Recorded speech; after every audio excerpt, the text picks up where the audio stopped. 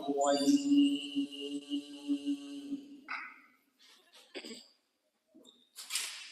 بسم الله الرحمن الرحيم.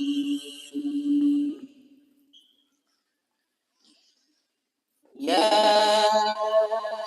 أيها الذين آمنوا لا تكونوا كالذين كفروا وقالوا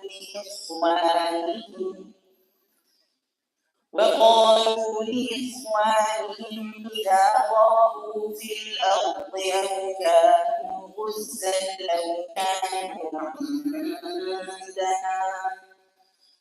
لو كانوا عندنا ما ماتوا وما قتلوا ليجعل الله ذلك حسرة في قلوبهم والله يحيي ويميت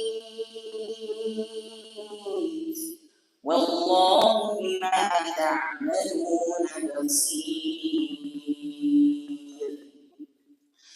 ولئن قتلتم في سبيل الله أو متم لمغفرة من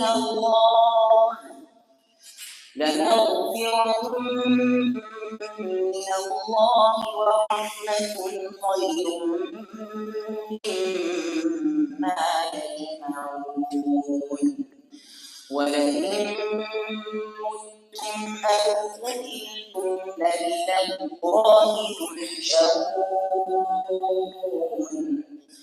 فبما رحمة من الله لنت لهم ولو كنت فظا غليظ القلب لانفضوا من حولك فاعف عنهم واستغفر لهم وشاورهم في الأمر فإذا عزمت فتوكل على الله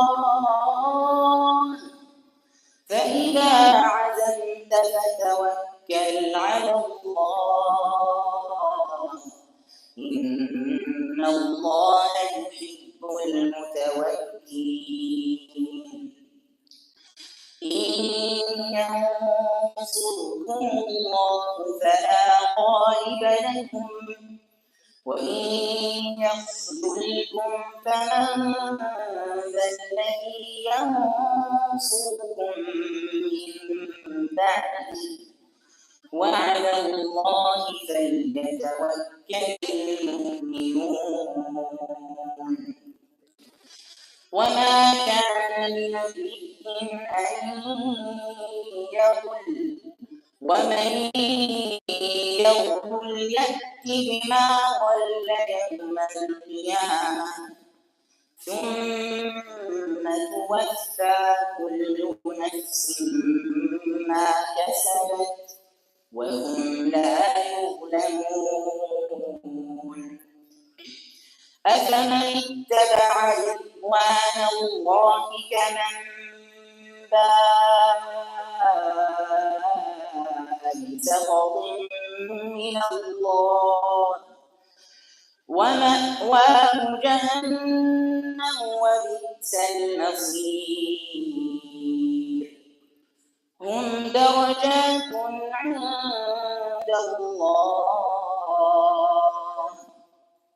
والله بصير بما يعملون. صدق الله العظيم.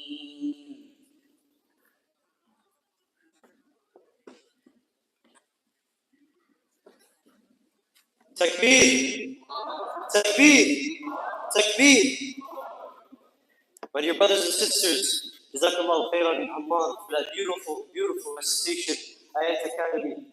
For you, they have their table outside for more information about this wonderful cause, teaching the Quran in a more enjoyable way and outside of the traditional teachings of the Quran and being able to understand it and apply it. Bismillah. It is now my pleasure to invite Imam Imran Salha the Imam of the Islamic Center of Detroit, Michigan, to share a few words and raise funds on behalf of the United Humanitarian Foundation. Without further ado, without further introduction, Imam Imam. السلام عليكم ورحمة الله وبركاته. السلام عليكم ورحمة الله وبركاته. بسم الله والحمد لله والصلاة والسلام على رسول الله سيد خلق الله والمصطفى حبيبنا ورسولنا محمد بن عبد الله وعلى آله وأصحابه ومن والاه ومن سار على دربه أو استنى بسنته إلى يوم الدين. اللهم اكتبنا منهم قولوا آمين. We ask Allah to make us of those who hear what is said and follow the best of it. Say Ameen. My beloved brothers and sisters in Islam and my brothers and sisters in humanity, my name is Imran Salha. I am the Imam of the Islamic Center of Detroit. I am originally from Palestine. And on October 12th, 2023, one of my relatives, Randa Ajaj, was shot in the head and murdered. May Allah subhanahu wa ta'ala have mercy on her soul. Say Ameen. And may Allah accept all of the martyrs in Palestine and Gaza and Yemen and Sudan and Syria and Lebanon, وجميع بلاد الإسلام, and in Kashmir and in Bangladesh and all of the lands where oppressed people exist. May Allah be with them. Say Ameen. On October 12th, when my relative Randa Ajaj was shot and killed in her car, in the passenger seat, with her husband driving and her son in the back seat. She was 37 years old. She left 8 children behind. There are 8 children that are now motherless because of the actions of the illegal Zionist regime. And when this event happened, I felt an immense sense of shame. I felt shame because I said to myself, "Oh Imran, did it require that somebody from your village be murdered in such a heinous way for you to want to take action?" I want to tell you something today, and I will not take too much of your time. I work full-time as the Islamic Center, as the Imam of the Islamic Center of Detroit. I have a master's degree in construction management. I do also businesses in coffee shop expansion. I'm mentioning this to you all today because I don't have to be here. I want to be here.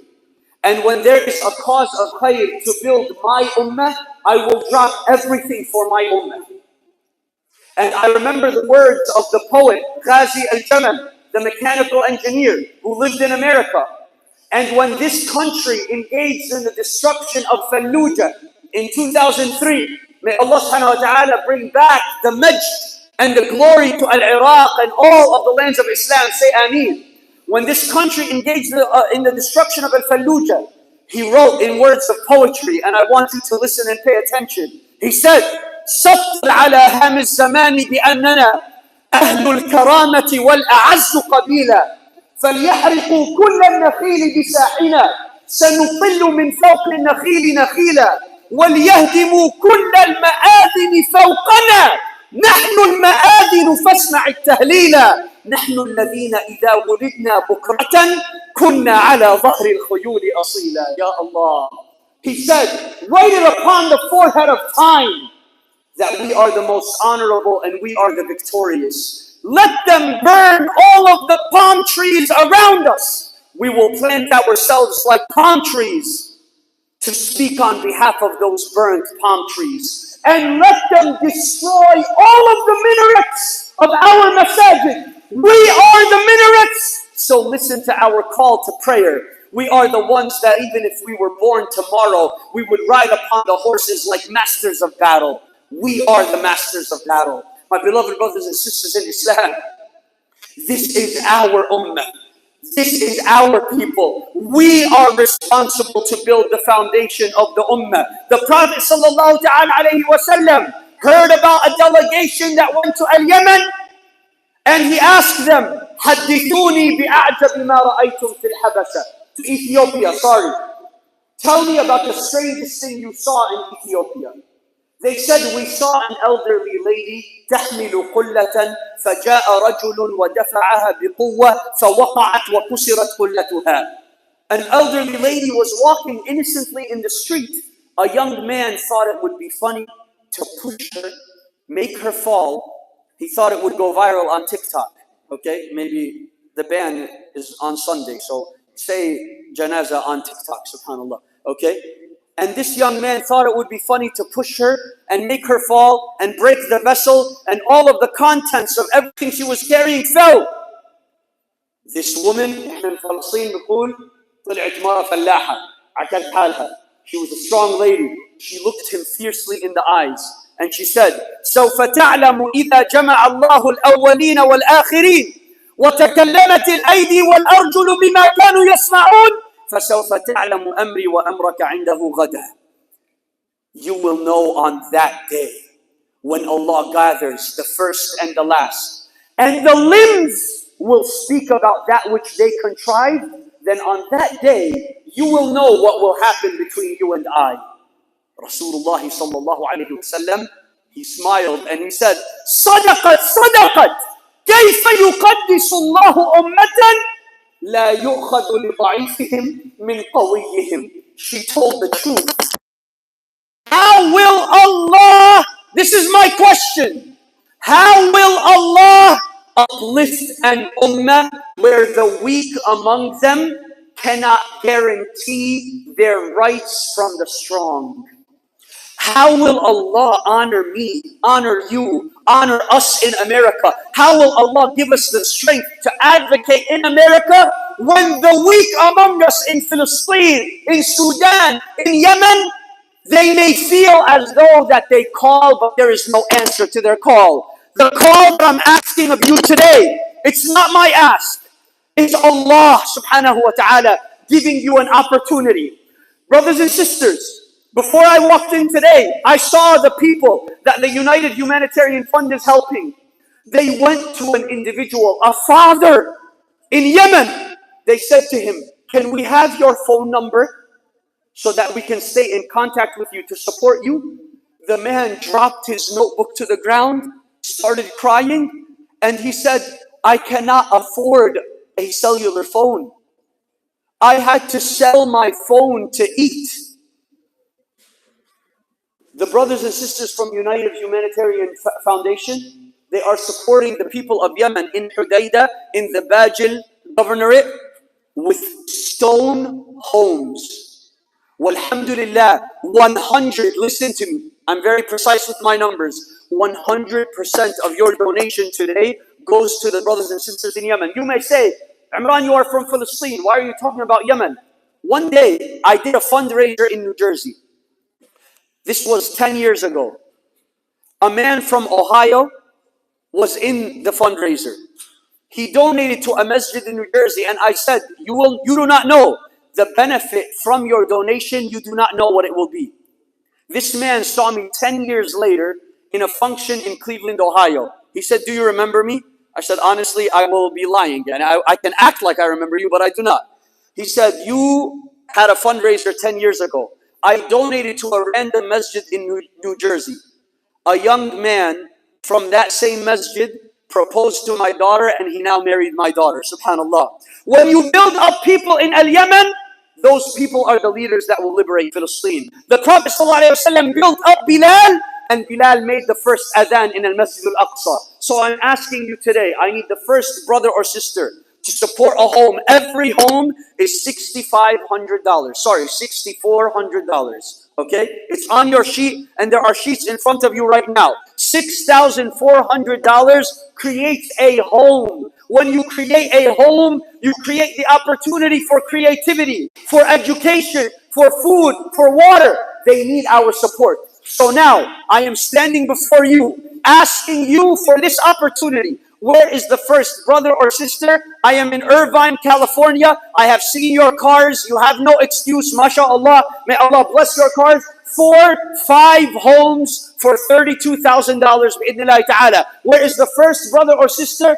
for 5 homes? And you can do this over the course of, MashaAllah, the entire year. You commit, you donate, and we will commit bi'idhnillahi ta'ala. $32,000, that is half a gas tank in the gas prices in California, mashallah. Where is the first donor for 5 homes for $32,000? May Allah subhanahu wa ta'ala bless you all in your health and your wealth. My beloved brothers and sisters in Islam, those WhatsApp groups that you send the corny memes to, wallahi al-azim, you're not that funny. Instead of sending those memes, send a message, say there is a man that is torturing us with his voice. Please, inshallah, aid me in coming up with this amount. Commit to it, and you, inshallah, Allah will aid you in bringing it forward, bi'idhnillahi ta'ala. If you would like to donate it privately, you can do so. The forms are by you, and the QR code Inshallah, is it here? No, it's not. It is on the flyer. But in any case, you can see it on the form that is on the chairs by you, bi'idhnillahi ta'ala. So 5 homes at $32,000. Is there any brother or sister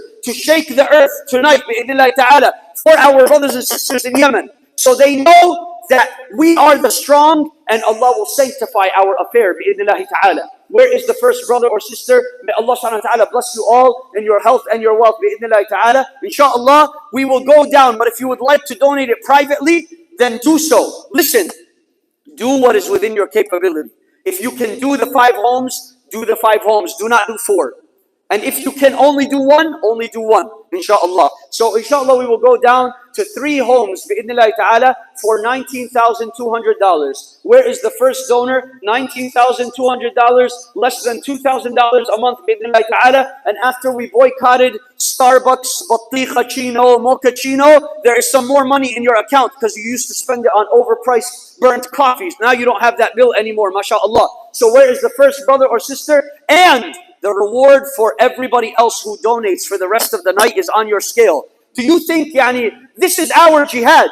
Our jihad, this is ibadah to Allah. And the angels right now are coming down because they know donations are being collected. And they say, listen, say Ameen. Allahumma a'ati munfiqan khalafa. Say Ameen. Oh Allah, anybody who gives, give them more. And then they say, oh Allah, anybody who holds back and they're capable, hold back from them. May Allah protect us. Say Ameen. Where is the donor for $19,200, less than $2,000 a month, bi'idhnillahi ta'ala? Where is the first donor? May Allah reward you all. 3 homes of 3 full families with a stone home, not makeshift tents. These people are living in tents with tarp. Subhanallah. And by the way, these are people with unstoppable will.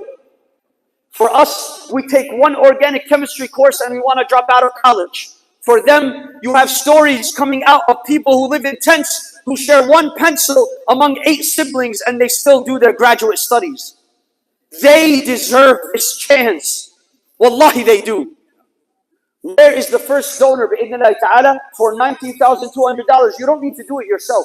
You can get a group of people among the people that you know and commit over the course of the next year, bi'idhnillahi ta'ala. Where is the first one, bi'idhnillah? May Allah subhanahu wa ta'ala bless you all. And inshallah, if you would like to donate that privately, then bi'idhnillah, we have no problem with that. You can inshallah donate privately. Where is, bi'idhnillahi ta'ala, for 2 homes? We said it is $6,400. We are looking for inshallah around $13,000 for 2 homes, bi'idhnillah, less than $1,300 a month. May Allah subhanahu wa ta'ala bless you all in your health and your wealth. And you know that there is no guarantee for us to make it to the next Ramadan. Bi'idhnillah. There are many of those who were with us last Ramadan. We ask Allah subhanahu wa ta'ala to allow us to witness this next Ramadan. Say Ameen. This is a zakat for all of the luxury that we have experienced in this life. Inshallah, to build momentum. I will come back to the big numbers. But let us do qalilun da'im. We had already 1 sister, mashallah, raise her hand for 1 home at $6,400. Takbir!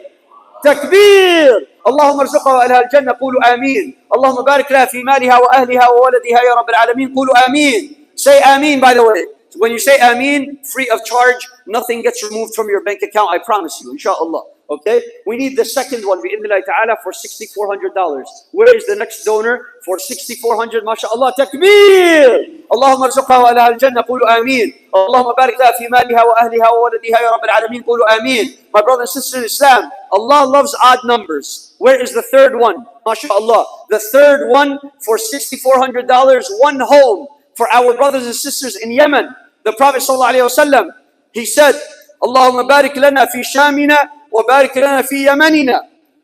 The Prophet ﷺ praised the region of Yemen.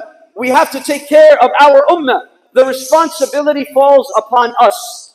Rasulullah ﷺ did not push away the responsibility to take care of Bilal. Bilal was a young Ethiopian man with a boulder on top of him, being whipped, saying, Ahadun Ahad. The Prophet ﷺ, while he was persecuted, hungry, and under attack, he said, is there not one of you who can free Bilal? So I ask you today, is there not one of you who can stand by the side of our brothers and sisters in Yemen? This is their real life. Wallahi, Allah blessed me with my daughter, Noor, 10 months ago. Every time I see a video, I say to myself, what is it about me that it was not me in that tent? You know, in Gaza, they are all walking barefoot. You know that? This was both in the scorching hot sun and in the freezing cold. Have you ever worried about your children not having access to shoes? Do you know that shoes are a luxury in places like Yemen? We are giving a stone home to our brothers and sisters. So we have two so far for our brothers and sisters in Yemen. We need the third. Allah loves odd numbers. We need the third, inshallah. Where is the third donor for $6,400, less than $640 a month, bi'idhnillahi ta'ala. May Allah subhanahu wa ta'ala bless you all in your health and your wealth and allow you never to be plagued with these hardships, inshallah. Allah subhanahu wa ta'ala wants to see action from us. I know you are taking deep breaths and maybe you may have been annoyed by this segment, but you have to understand this is the reason why we are here today. This is the real reason. All of this is for them, for those individuals. They are the center focus of these functions, subhanAllah. Where is the third donor, bi'idhnillahi ta'ala, for $6,400? Takbir! Allahumma arzuqna lahu al-jannah, qulu ameen. Allahumma barik lahu fi malihi wa ahlihi wa waladihi ya rabbil alameen, qulu ameen. Where is the next donor, bi'idhnillah? We need to, inshallah, push to at least 10 homes tonight. Bi'idhnillah. We are at the third home. We need 10 homes bi'idhnillah ta'ala tonight. So far, we are at 3 homes, $6,400. Where is the fourth one? Let us build some momentum together bi'idhnillah. May Allah subhanahu wa ta'ala bless you all and reward you all. And you know the Prophet ﷺ said it himself. He said, "Dawu mardakum bis-sadaqah." If you have somebody that is sick in your family, you can cure them through sadaqah. If you have somebody that is going through a hardship, every single one of us has problems. Sometimes in highly politicized environments, we get shy to think about our problems. No, I'm asking you right now, what is it that is a problem in your life? The Prophet said, sallallahu alaihi wasallam, "Idfa'ul baliyata bis-sadaqah." Push away problems with sadaqah. The solution to it may be through this donation, inshallah. So where is the next donor? Bi'idhnillah, we have 3, $6,400. I will split up the next donor into 2. We need 2 people for the next home, $3,200. Where is the first one? Bi'idhnillah ta'ala. The first one for $3,200, half of a home that will suffice an entire family, bi'idhnillah ta'ala. And $3,200 is less than $270 a month.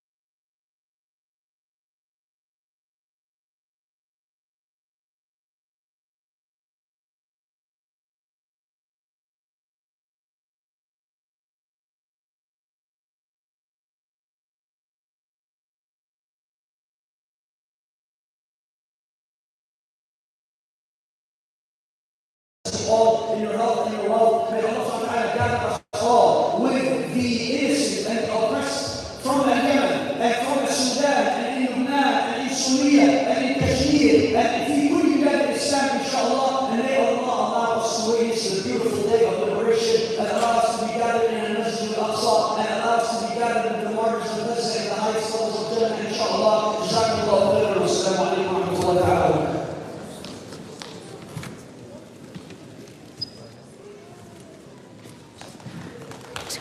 Can you give me the microphone?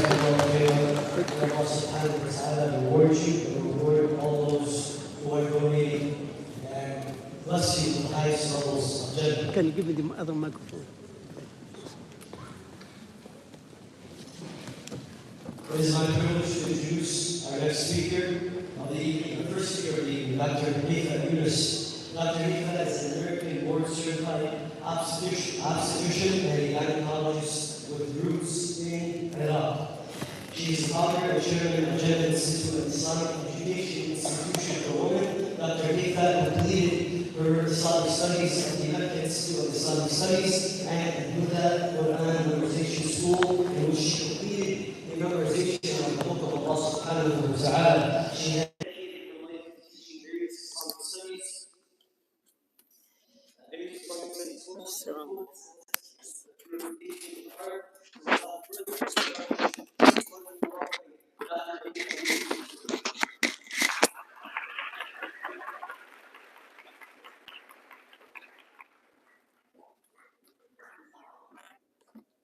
السلام عليكم.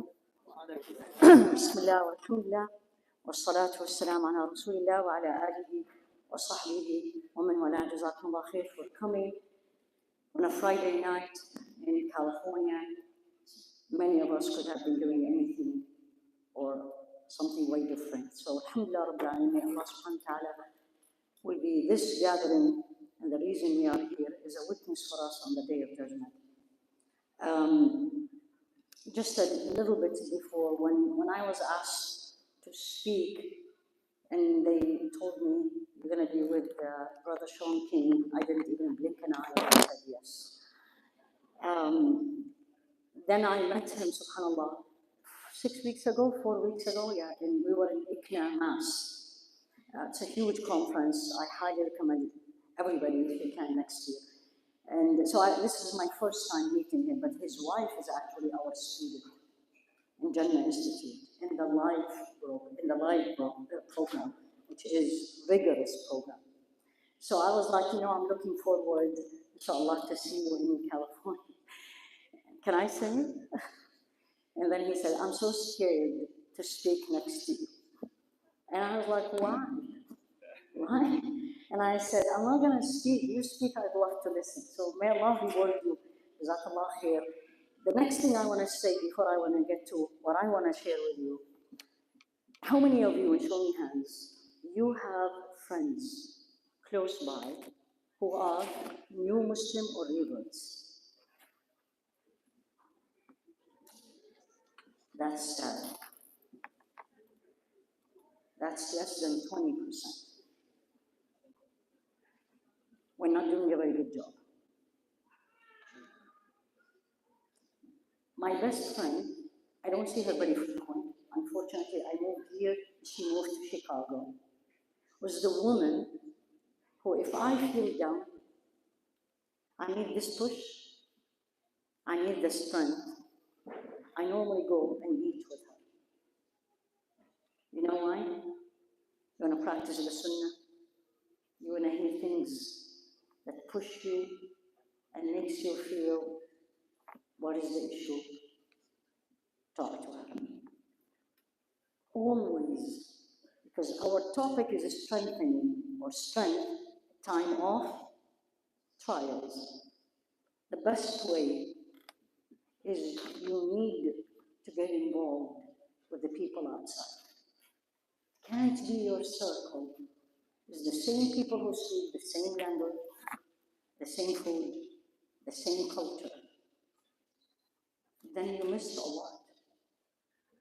Your goal is not to change people, because Allah will change people. Right? Brother Shaun, Allah guided him. Your wife, Allah guided her. But there was people who paved the way. End result in Allah's hand. So why do you need to know these people? You learn from them, but more importantly, this is a question for everybody. Don't answer me, just ask yourself. What did you give up for this deen? What did you sacrifice for this religion? You know why I meet and I love to be with the new Muslims, or some of them, my friend is Muslim 30 years. Talk about sacrifice for the sake of Allah. Most of them, they don't have money to donate. So this is not the issue. But they gave up things which is very difficult for us. You probably know this, because this is your first Christmas as a Muslim. You know what it means when you are torn between two things? Do I go and I'm going to be around and surrounded by many things is not pleasing to Allah? They're not doing it because they want to or disrespect, but that's normal. And do you know what it means when you decide you're not going? And you're going to make that mother and that father, yes, they are non-Muslim, but they're good parents. They took care of me. And I'm not going to leave you. We don't have this. What did you give up for Islam? Something you love. This is why, and Allah my witness, and I'm not speaking this because he's here. I say this every time I meet a new Muslim or somebody, a revert for Allah. I said, I feel this is small. Because what did I do? Right? So this is the first thing I want you all to change. There's a lot of new Muslims here. Almost every mosque in this city has a new Muslim program. And you went out and had a meal with them. Talk to them. So this is something we all have to put in our list to do. And believe me, it will change your life. It will change your perspective. Strength and trials. I'm going to start with the back. Because there's something about the trials we need to change our perspective. If I say trials, everybody will think about us. And that's another story I want to share with you what I saw. Trials is not only bad days and bad events and losing things. We, living in California, our biggest trial, you may laugh, but talk to the people who just came from Detroit. Our biggest trial, you know what? Is weather. Because it's very good. What is the issue? We don't see snow. Maybe a little bit cold. Trial is when Allah gives us everything we want. And trial is when Allah subhanahu wa ta'ala tests us with things we don't want. Either we have it, He took it away, or He didn't give it to us. وَنَبْلُوكُمْ بِالشَّرِّ وَالْخَيْرِ فِتْنَةً وَإِلَيْنَا تُرْجَعُونَ. We will test you, pay attention to the word, test you with things you don't like, but with good also. You're healthy, you're tested. You're sick, you're tested. You're poor, you're tested. And you're rich, you're tested. You have parents, you're tested. You don't have parents, you're tested. Learn this. So each one of us in this room is tested already. The question is what I'm going to do about it. Take the easy way, which majority of us in this room, alhamdulillah. You have a home, you're living in a safe place, you have food, then this is as if you have the whole dunya, as Rasul said. Am I grateful? Or am I complaining from morning to evening? Do I use it in the way that pleases Allah? He gives me money. What am I doing with it? He gave me beauty. What am I doing with it? Gave me children. what am I doing with it? Is it for his sake, pleasing him, the way he wants me, or it is the way I want as society, please people? That's a huge test. The majority of us don't know about it. And fitna, temptations and trials is not only in bad days. The people of Gaza, absolutely they have been tested. But I'll tell you with full confidence, I was there and I spent 10 days there. Did they pass all this? 100%. In the worst condition, that he looked at me and I said, I don't know if I was in their place, what will I do? So number one, change the perception of a trial. Don't be too happy. Don't misunderstand me. Don't be too happy when Allah gives you everything you want. I didn't say be sad, but be careful. And especially when I am not obeying him.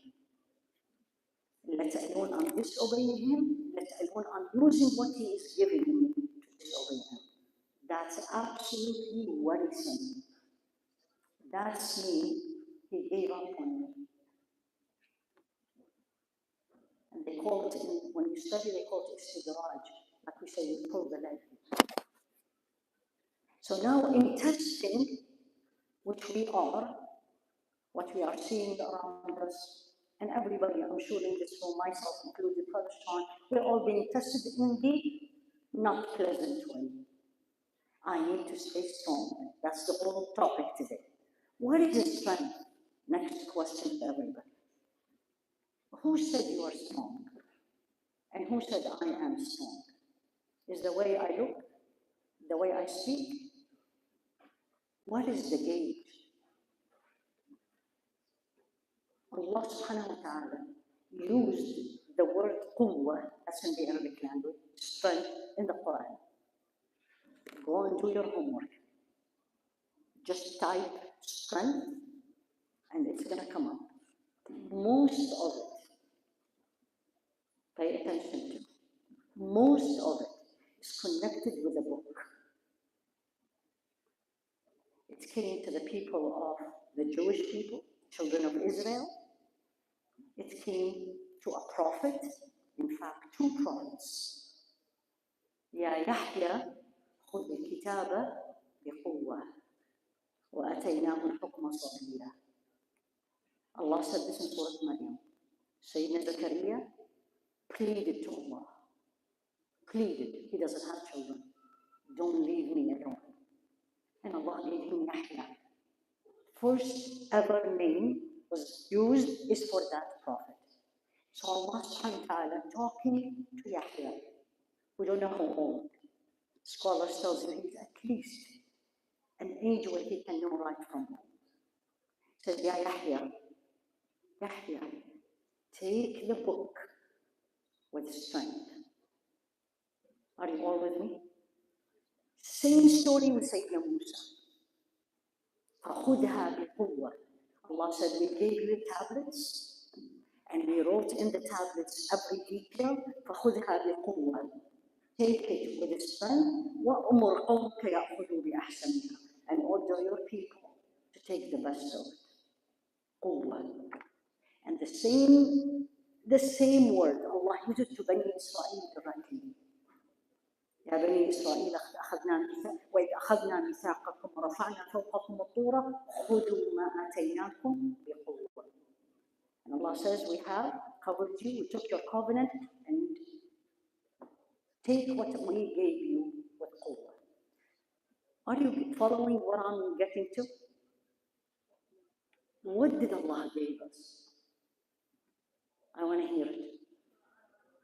This side is very active. This side is not. So this one person. What did Allah give us? So each one of us, myself, Brother Shaun, everybody in this room, the order is to you and me. Take the book with strength. Following me? What does that mean? So I hold it. What does it mean? 4 things. Take it seriously. Apply what you have or what you read. Enjoy good and prevent evil, and obey Allah through it. Can I say it one more time? I want each one to write it in your mind, whatever you have. Go home today. Because all these talks, the idea of it is what's the action plan? What I'm going to do after I heard this today. Read it with passion. Sometimes I say this to myself, and I want you all, inshallah, I'm sure everybody is better than me. Do we read the Quran the same way we look at our social media? We focus, we follow, I like, I love, I put comment. I spend maybe an hour or 2, maybe more. What is my relationship with the Quran? And don't tell me you don't know Arabic. You don't have to. If you know, alhamdulillah, we will be asked even more. But if you don't, that's not an excuse because it's fancy. خذ الكتابة بقوة. What percentage of your time a day, per day, outside Ramadan, that you spend with the Quran? Why I'm saying this? Because there is nothing will keep you strong and grounded when Allah tests you, again in goodness and in not, other than the Quran. Let me share this story with you. And this is a story I did see it with my own eyes. No one told me. This is the last day we're leaving Gaza. This was the last 10 days of Ramadan. So tomorrow is Eid.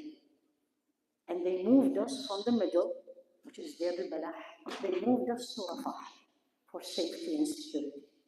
So we spent the night in Rafah, in the European hospital. So they took us for a tour in the night, no electricity. And then I look exactly there. There is a tent. All the tents are dark, dark, dark. This tent is light. And I was looking, why this one? Probably in your mind, somebody, whoever is living there, not in Gaza. What was this tent? They looked at me and they said, oh, you want to know what this tent? And I was like, yes, I do. They said, it's a tent of the Quran. And I said, what does that mean? They said, this is the tent. People who memorize, people who are memorizing, people who want to learn how to read. That's where they are.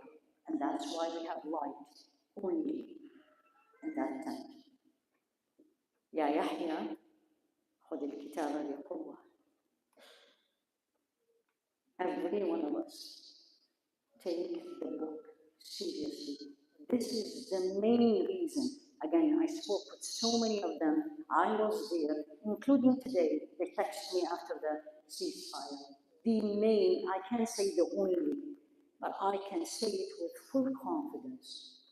The main reason, the wonders we saw, and nobody can deny the wonders we saw from the people of Gaza for 15 or 16 months now, with the most miserable conditions.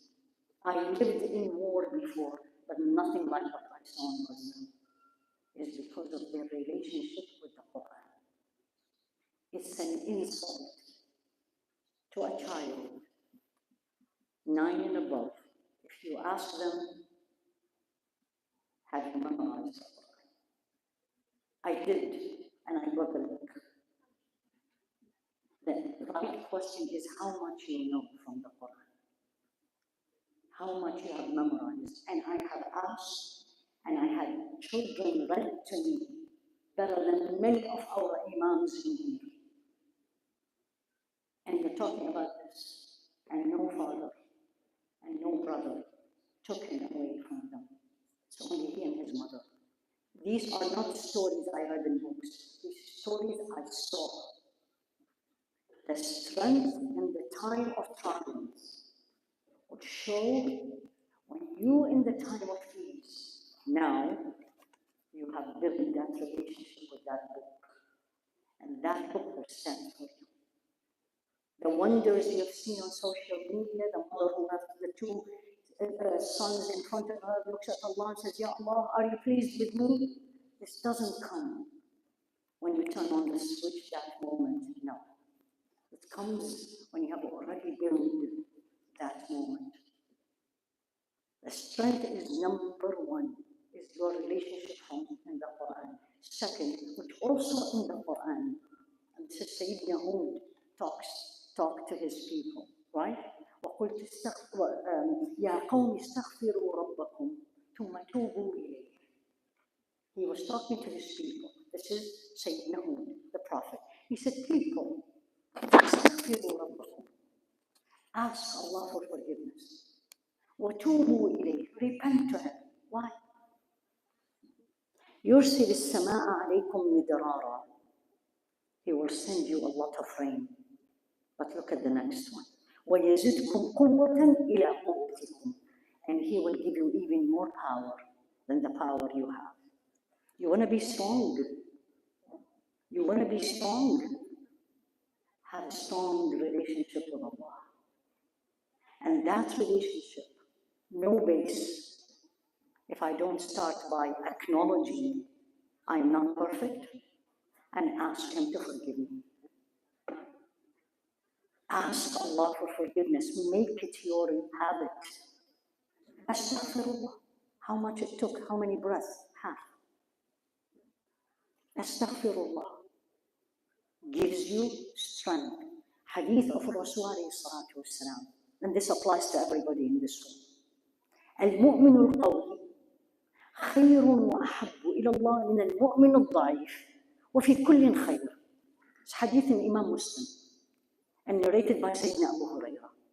He said, المؤمن القوي, the strong believer, strength.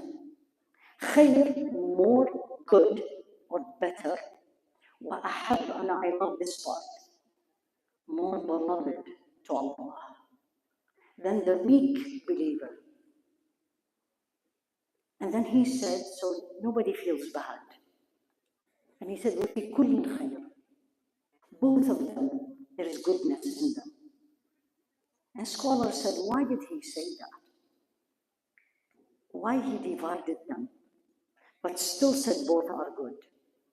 How many of you in this room, and show me hands, say, I am a strong believer?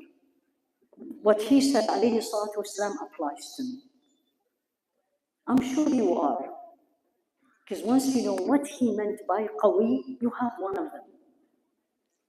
The first reason you are strong is because you have faith, because you have the faith, because you are a believer.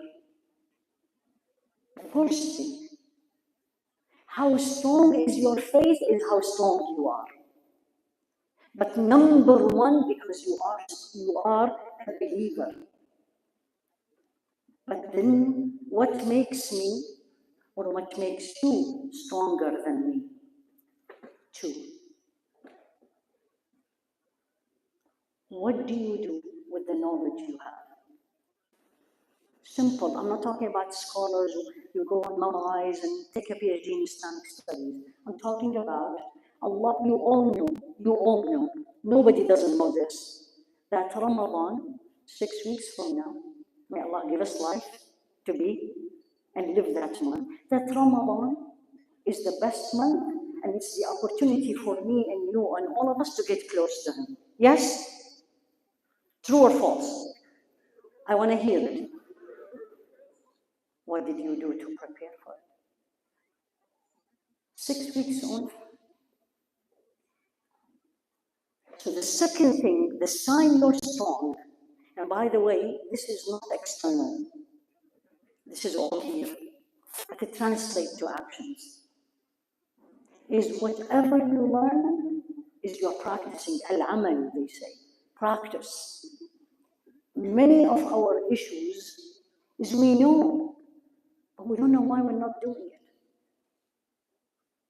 We know, Nobody in this room, I doubt it, not I doubt it, I'm sure, nobody in this room doesn't know that we need to pray to Allah subhanahu wa ta'ala 5 times a day.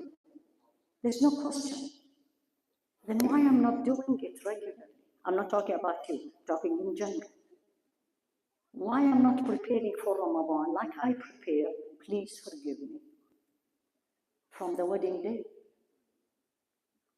whether you're the bride, whether you're the groom, whether you are the parents. And there's nothing wrong with preparing for this. It's a lifetime moment. Well, why I'm not doing the same thing for Ramadan? It's a lifetime moment. I don't know if I'm going to even live to see it, let alone another one is going to come. So al-mu'min al-qawi, faith, actions. You know what is a common, and I love a beautiful statement here, used in the West, what? Action speaks louder than words. And Allah will look at me and you and say, show me. So second, and I don't want to take too much time because I want Brother Shaun, and I told him I want to listen to him too, is your action. You want to be strong. Look at your relationship with Allah, His book. Where are you from? Acknowledging the shortcomings, and we all are, and asking Him for forgiveness to move better. 3, whatever you know, apply it. 3, last but not the least, and this is one of the main problems, we as Ummah, as Muslims, we are not where we all want to be, and we should be, enjoying good and preventing evil. We live in a day and age, it's not my business. I'm not going to change the world. Please forgive me, that's not how we are. We were the best ummah because كنتم خير أمة أخرجت للناس. This is in Surah Ali Imran, go and check it. You were the best people, the best nation who came on this earth because, not because of faith. Faith came later. Number 1, you enjoy good and prevent evil. وَتُؤْمِنُونَ بِاللَّهِ, and you're a believer. Where are we from the least of it? When I see Allah is disobeyed outside, I don't even feel that this shouldn't be, and I reject it. No, everybody else is doing it. I want to be like everybody. No, I'll end up with this. Everyone in this room, we are different. And this is a blessing from Allah. I'm so grateful to Allah, He made me different. Yes, I am. And I'm proud of it without being arrogant. Because He chose it. All of us, be proud who you are, especially the youth. And I see a good number of youth here, especially the youth. 1, I'm pleading to everybody here, but especially the youth. Don't change. Don't try to fit in. Let them fit in. Let them be like us. Don't we have morals? Don't we, before, made this earth the best place? Then why we are changing? May Allah subhanahu wa ta'ala make us strong, and to the degree that He's pleased with everybody. May Allah subhanahu wa ta'ala show us the path that lead us to this. May Allah subhanahu wa ta'ala keep giving us victory. May Allah subhanahu wa ta'ala reward the people of Gaza the best reward ever, and may Allah subhanahu wa ta'ala give them back their life and their prosperity, and forgive our shortcomings in what we could have done, but we didn't.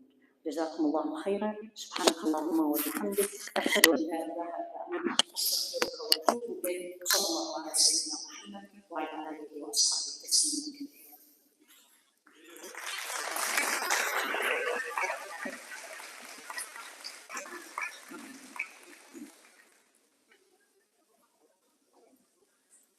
Jazakallah khairan, Dr. Haifaa, for those beautiful, inspiring words. Allah subhanahu wa ta'ala bless you and protect you. Our next speaker needs no introduction, but it is my honor to introduce Brother Shaun King, hailed by Time Magazine as one of the 25 most influential people on the internet. Shaun King is a dedicated activist and journalist who has spent nearly 30 years fighting against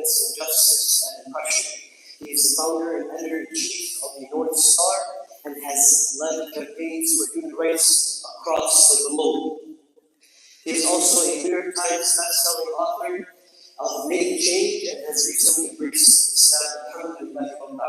Without further ado, Brother Shaun.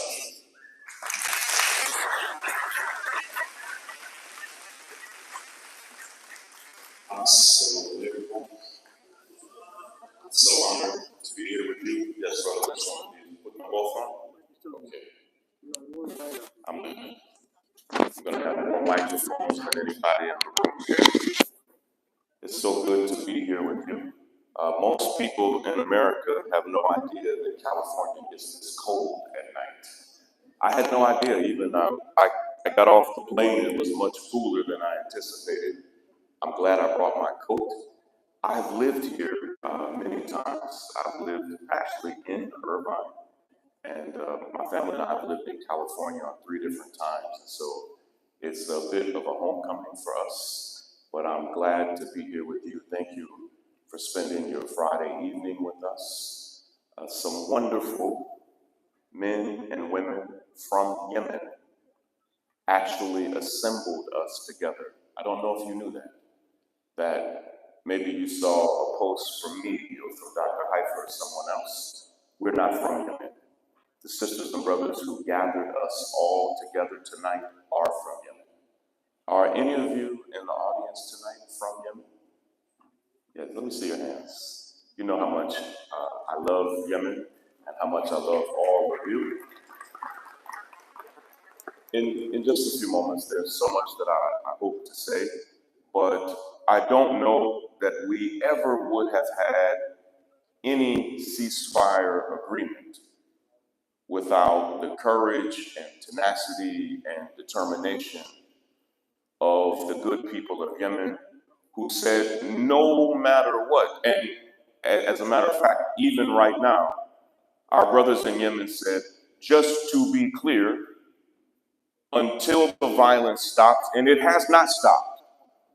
They are literally bombing people. I just saw it right now. They're dropping missiles and bombs as we talk, as our sisters and brothers sleep. And our brothers in Yemen wanted to make a statement and said, just to be clear, until you stop being violent, we will continue to stop you in the Red Sea. And when you're no longer violent, we'll stop. And to me, and I don't know if you knew this, and because it's been so difficult, I was banned from Instagram in December of 2023. And it was the primary platform where I communicated with people. And I had been on the platform for over 10 years. I had almost 6 million followers there. And one of the big mistakes I made, it was really the only platform I used. They actually banned me. Their reason for banning me was my support of Yemen. And in early December of 2023, Meta, which is a California-based company, it was started in California, it's headquartered in California. What's wild is I have been a guest speaker for Meta at their headquarters on many occasions. The CEO, the founder and CEO of Meta, Mark Zuckerberg, his wife, Priscilla, gave $1 million to my charity. And in October and November and December of 2023, Meta regularly asked me to help them mediate all of the problems and challenges they were having on the platform. And regularly, I was in meetings and conversations on email and text threads with executives from Meta, trying my best to defend and protect the rights of Palestinians on the platform. And I did so proudly, because I thought we were impacting the world in wonderful ways on the platform. And I was blinded by the reality that when certain people are squeezed, and you and I are no different, when certain people are squeezed, they will choose their own over you. And what many of us fail to understand is that Zionists run Meta, own Meta, that a Zionist, an open Zionist, whose family literally lives on stolen land, is the CEO of Instagram. I know these men. I've met them. They followed me. And in early December, any post I had ever made, before I say what I'm about to say, I have to give a bit of a stipulation. Everything else I say, everything I've said so far, these are my words. Not Dr. Haifaa's words, not the words of this beautiful center, not the words of this organization. These words are not even reflective of my teachers like Dr. Omar Suleiman and others. These are my words, okay? In early December of 2023, they removed any post I ever made that was covering the resistance, just from a news perspective. Very careful. And they said, Shaun, we are removing all of your posts that ever mention Hamas or resistance. And they said it's because Hamas is on the American terror list, and you cannot make these posts. We argued back and forth. They removed the post, and I accepted it. There was nothing I could do about it. About 10 days later, they removed every single post I had ever made about Yemen. Some of them were years old.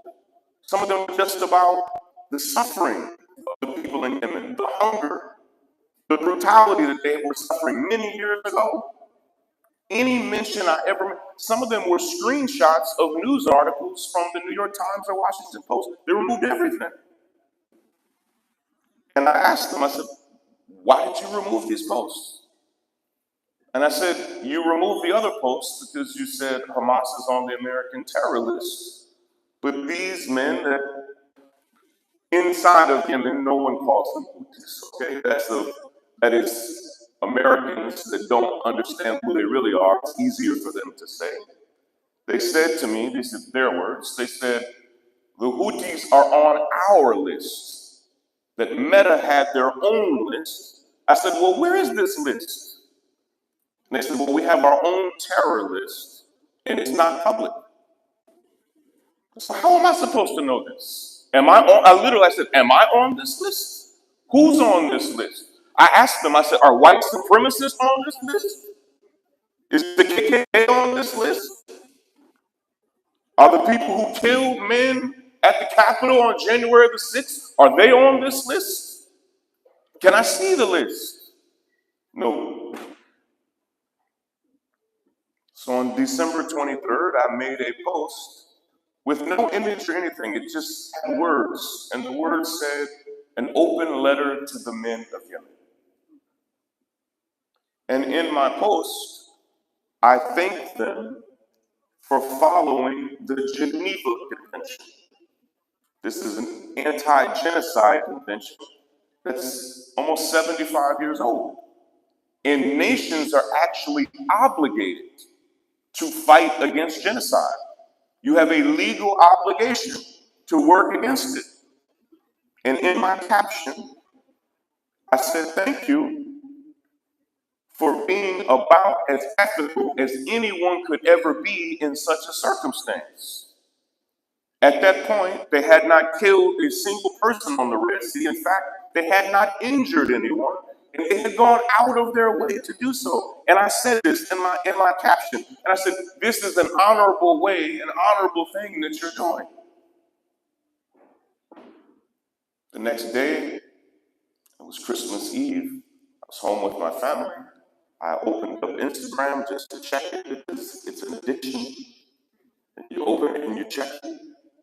And I thought my account had been hacked because it logged me out. I then entered what I knew was my very complicated password, and I could not log in.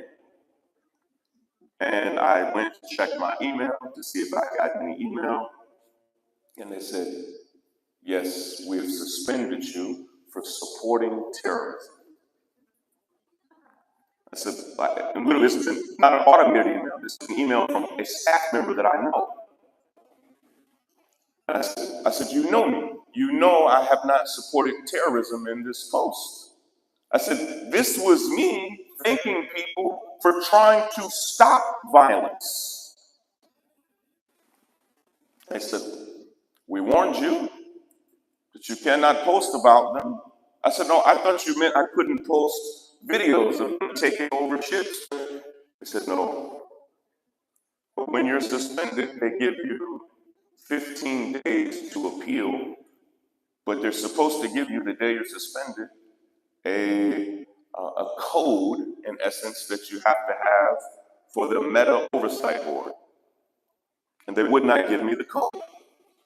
Day 1, day 2, day 10, day 13, 14. Day 15, they wouldn't even respond to my emails. They wouldn't respond to my attorneys.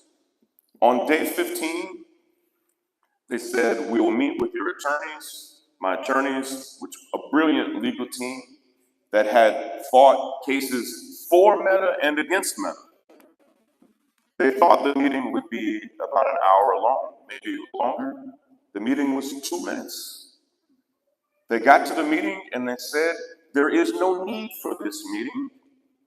We have deleted Mr. King's account.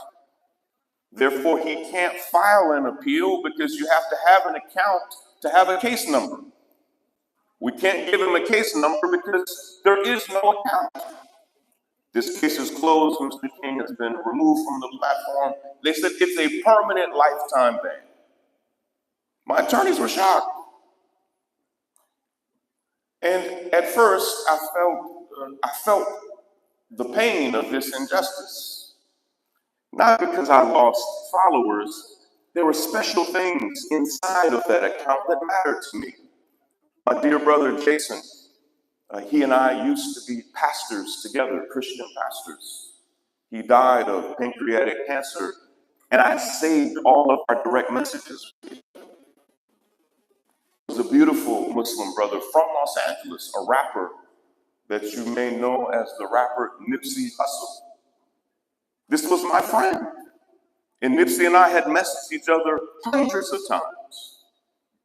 He had been killed the previous year, and I had saved those messages, and I would go back to them. My family and I, probably like your family rather, we had a group chat where we shared posts and stories and things that we liked. Now my family still has a group chat on Instagram, except I'm not on there. These were the things that I missed.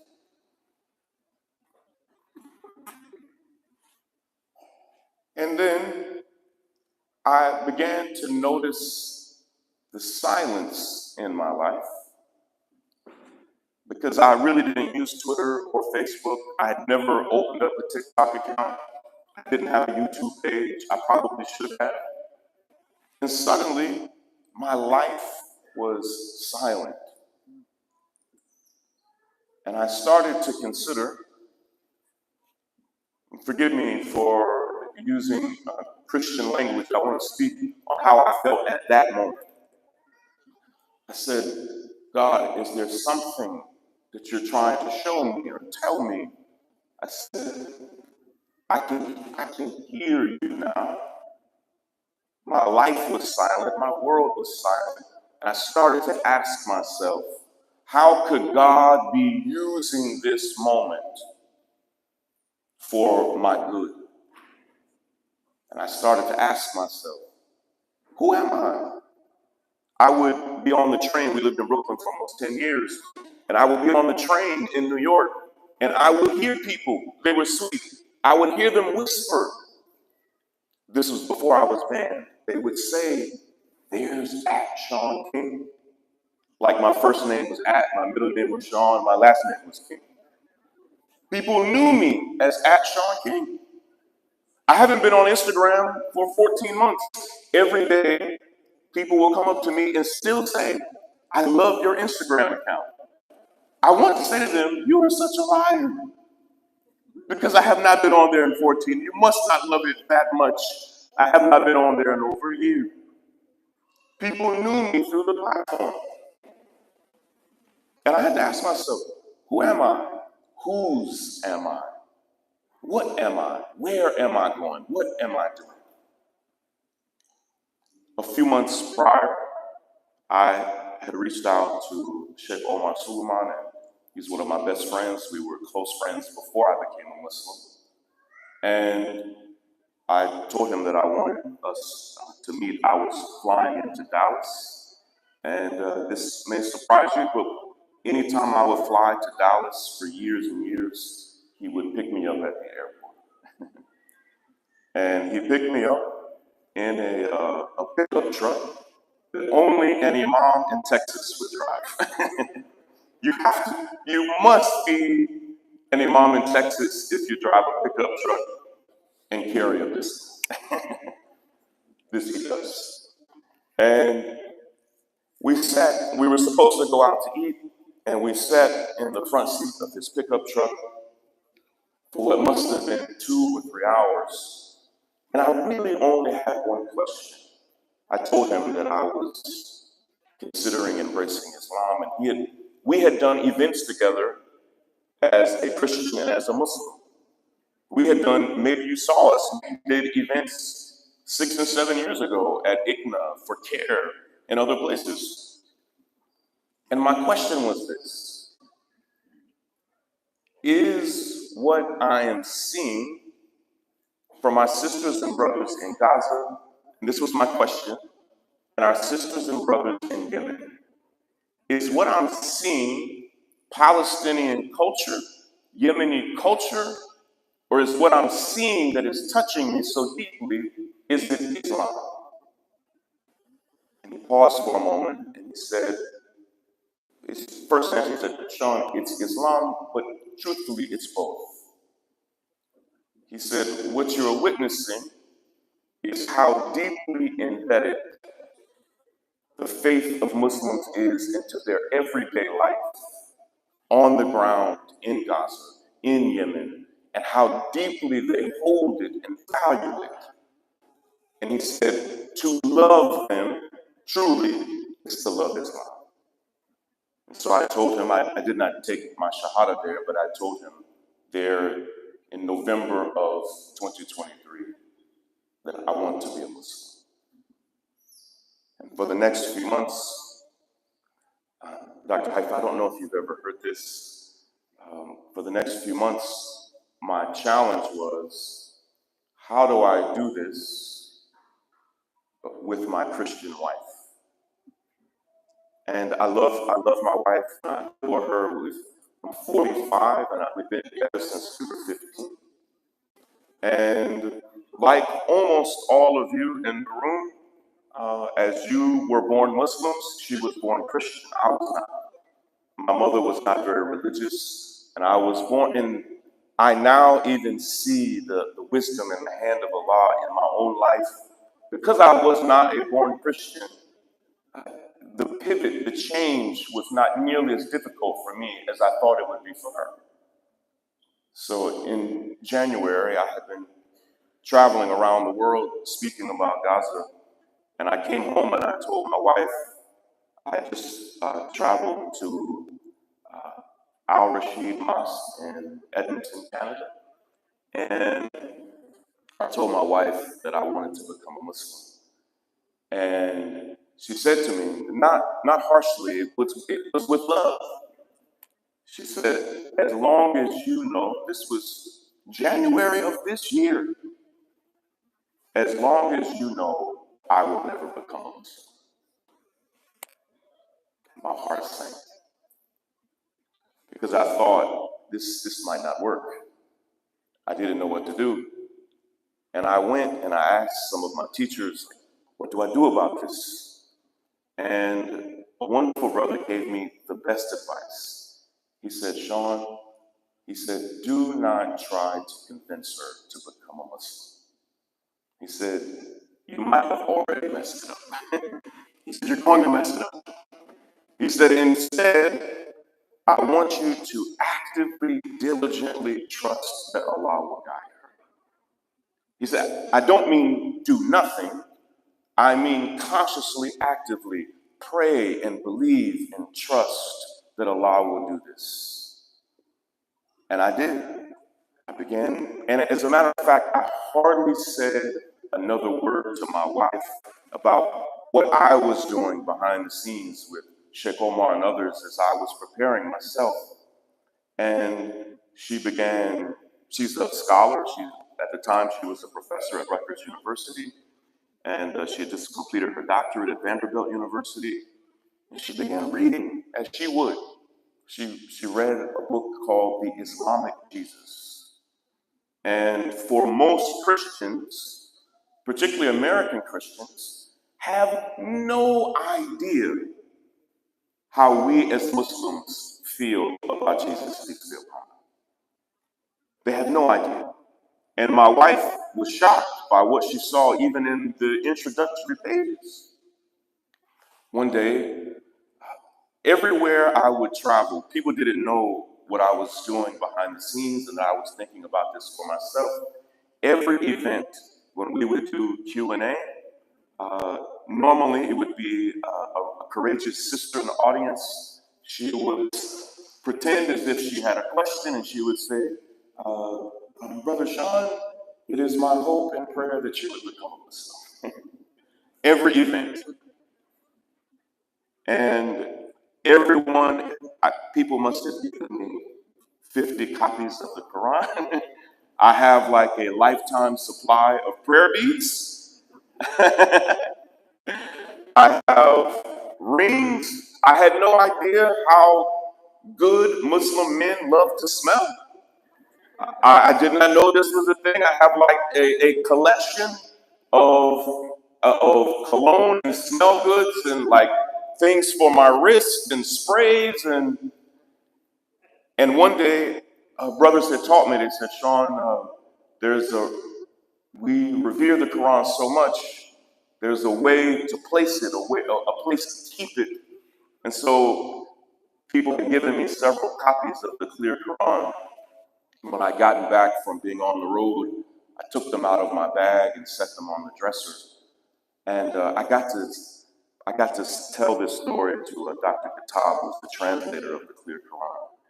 And it's a wonderful, for those of you who have non-Muslims that you love, the clear Quran is a wonderful translation, and the introduction is wonderful. And I had just set it on the dresser so that it wouldn't get bent up in my suitcase. I wasn't like on the low hoping my wife would get it, but she's a reader. And the next morning, she had been reading the Quran all through the night. I must have fallen asleep at 8 o'clock in the evening. I was so tired from traveling. And when I woke up that morning, my wife said to me something that in my family is as close to being a miracle as we could have. She looked at me and she said, Shaun, I think we should become Muslims. My first reaction was, you look like my wife. You sound like my wife. But my wife told me 6 weeks ago she would never become a Muslim. I did not say this, but I was thinking it. I couldn't believe it. She had come to understand for herself what I had come to understand. And I want to say this just to be clear, and I mean this as respect, not as disrespect. I do not know that I would be a Muslim without all that we've seen happen in Gaza. I don't know that. I know that it happened and I am a Muslim. I don't know that I would be a Muslim had I not been banned from Instagram. So now I say, alhamdulillah, that I was banned from Instagram. All I know is I was banned and now I'm a Muslim. Maybe if I had not been banned, I wouldn't be a Muslim. I would just be on there doing what I was doing. When I was banned, my account at that time was the third most engaged account in the world. Millions of people followed me from October to December, almost exclusively from outside of the United States. It had changed so much that on October the 6th, all top 10 of the cities of my followers were from the United States. When I was banned, 8 of the 10 cities of my followers were from all over the world. This is part of why they banned. And so, as she said, Shaun, I think we should become Muslims.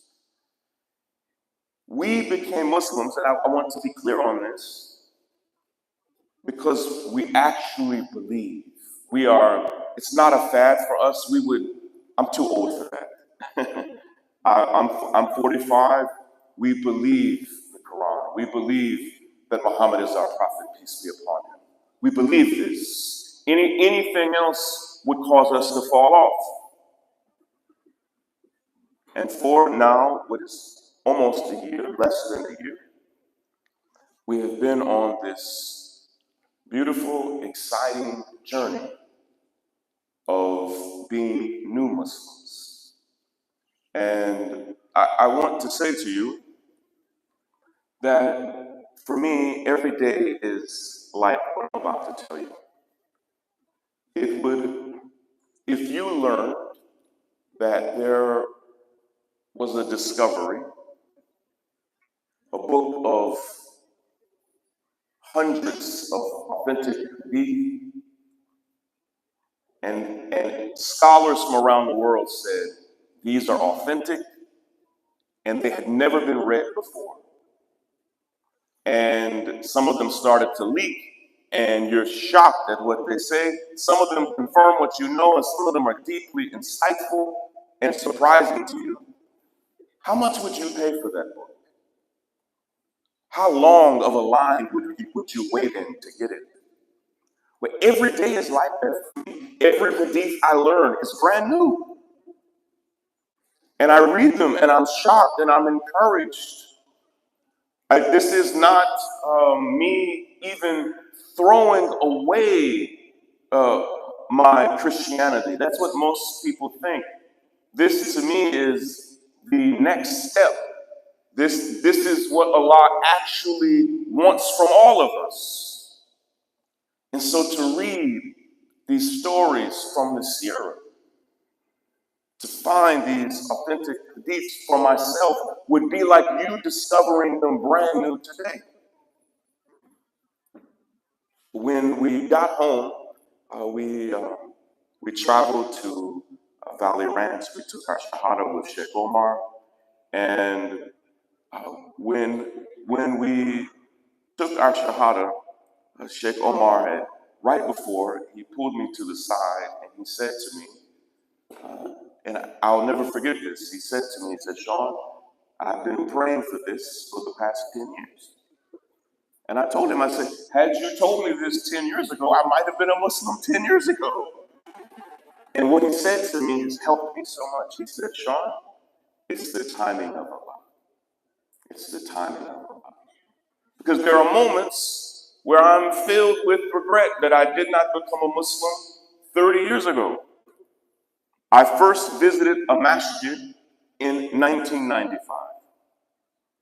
I had been given the autobiography of Malcolm X, and I told Dr. Haifaa this. For many of you who know my story, as a teenager, I was brutally assaulted. And from that assault, I missed 2 years of high school, recovering from the surgeries. I had 3 spinal surgeries, and my ribs were fractured, my face was fractured, my soul and spirit were wounded. I had post-traumatic stress disorder, and it was a brutal, difficult time for me. And one of my best friends brought me the autobiography of Malcolm X. And as I read it, I'd seen the movie X. And for those of you who were alive at this time, particularly for African Americans, it was like a cultural phenomenon where teachers and leaders would take us to go see the movie. So I love Brother Malcolm, but there's nothing like reading his book. And after reading it, and as I recovered from the surgeries, in late 1996, actually, me and a young brother named Calvin so badly wanted to be like Malcolm that we thought there was no way to be more like Brother Malcolm than to be a Muslim. But this is pre-Google. This is pre-internet.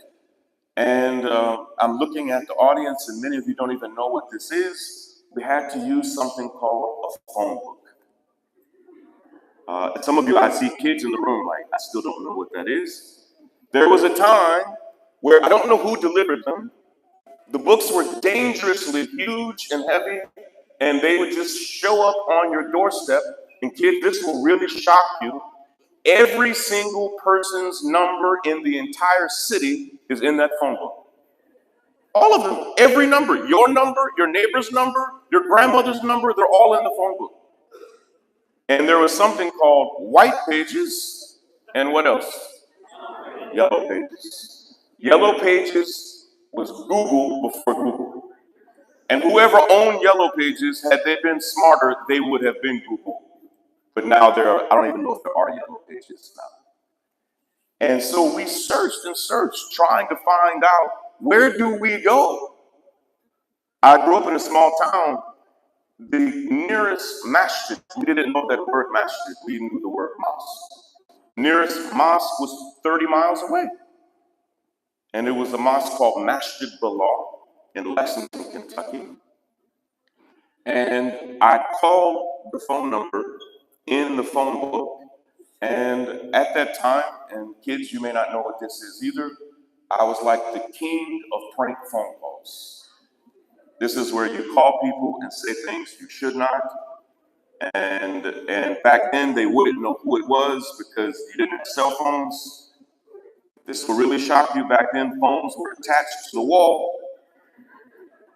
And they had a long curly cord, and you could only go as far as that cord would stretch. And when you didn't know who was calling, and we would call people and we would say the worst things. And I was very mischievous as a boy. And so I didn't prank call the masjid. I did not do that. But I was willing to call, and I called the masjid, and the imam was so brilliant. He knew who he was talking to. He knew we were kids. He might as well have offered us $1 million. He said, young brothers, if you come up to the mosque on Friday, I will write you an excuse and you won't have to go to school. And so I said, hold on. Do you mean I don't have to go the whole day? He said, just come up to the mosque and I'll write you an excuse. We went to the mosque, he wrote us an excuse. We went back and we went back. We went for 3 straight Fridays. And then we realized the school was no longer checking our notes. And we just started skipping school on Fridays and stopped going to the masjid. But at that point, between Brother Malcolm and that masjid, my heart was already soft to Islam.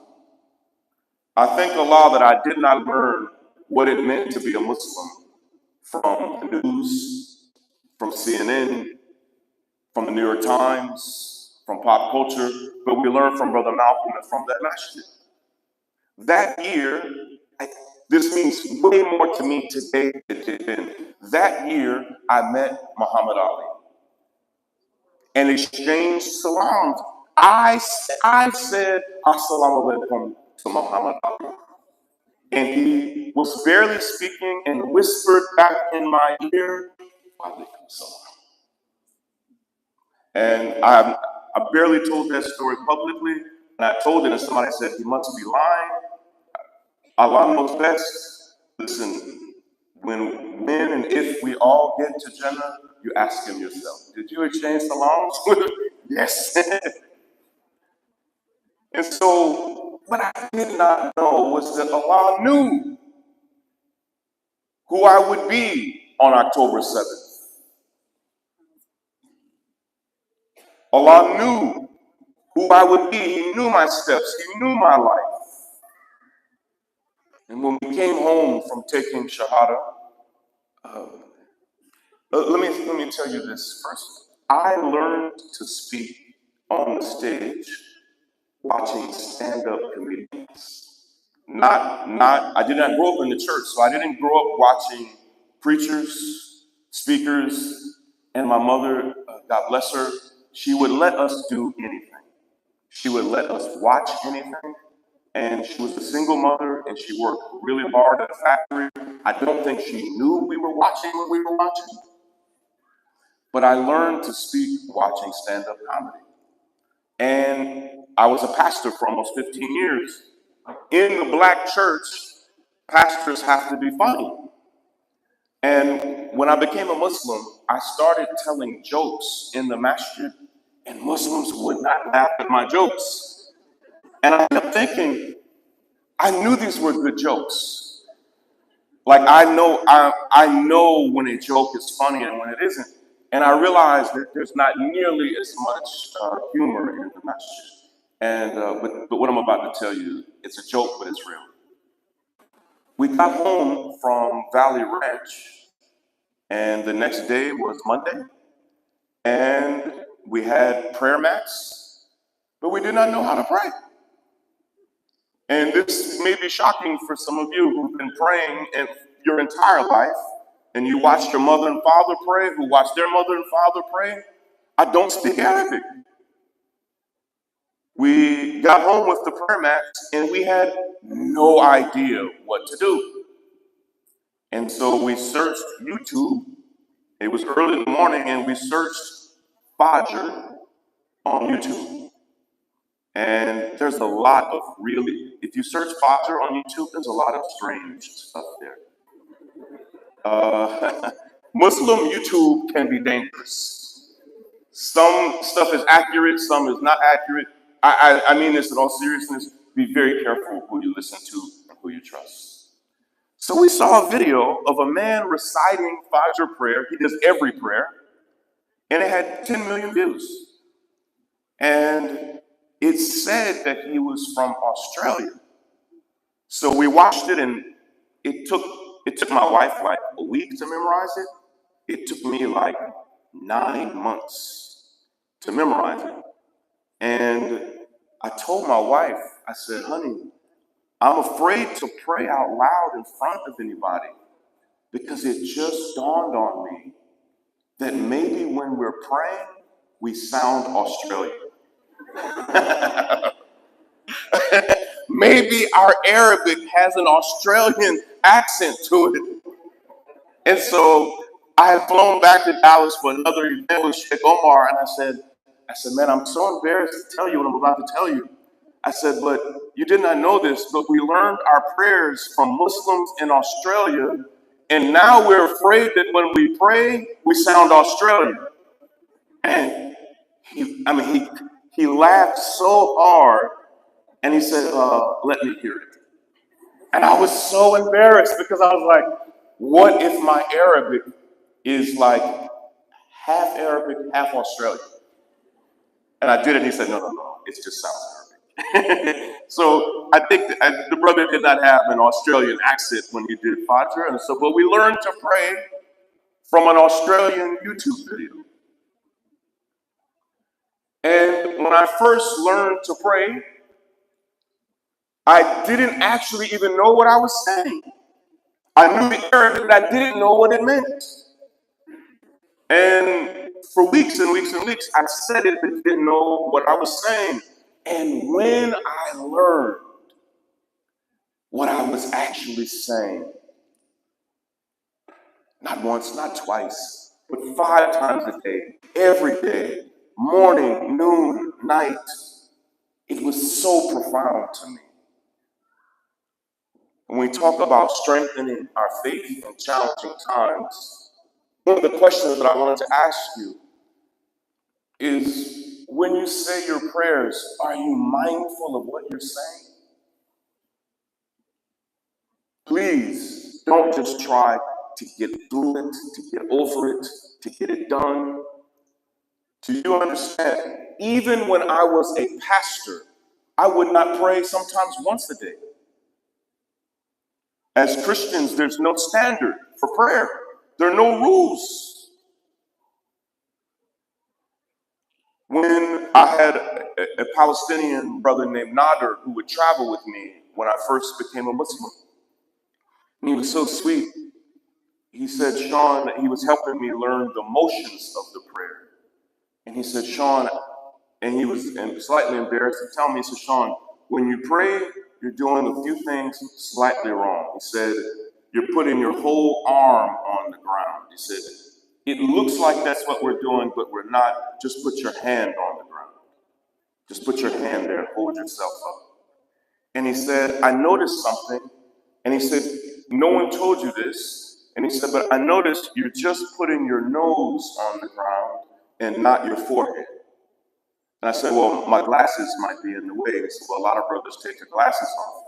Well, I still had a mat that had the prayer written, and I still needed to read it. So I can't see without my glasses. And so he said, but when you pray, you're supposed to put your nose and your forehead on the ground. And I tried it the next prayer. This is just common for you. It was different for me.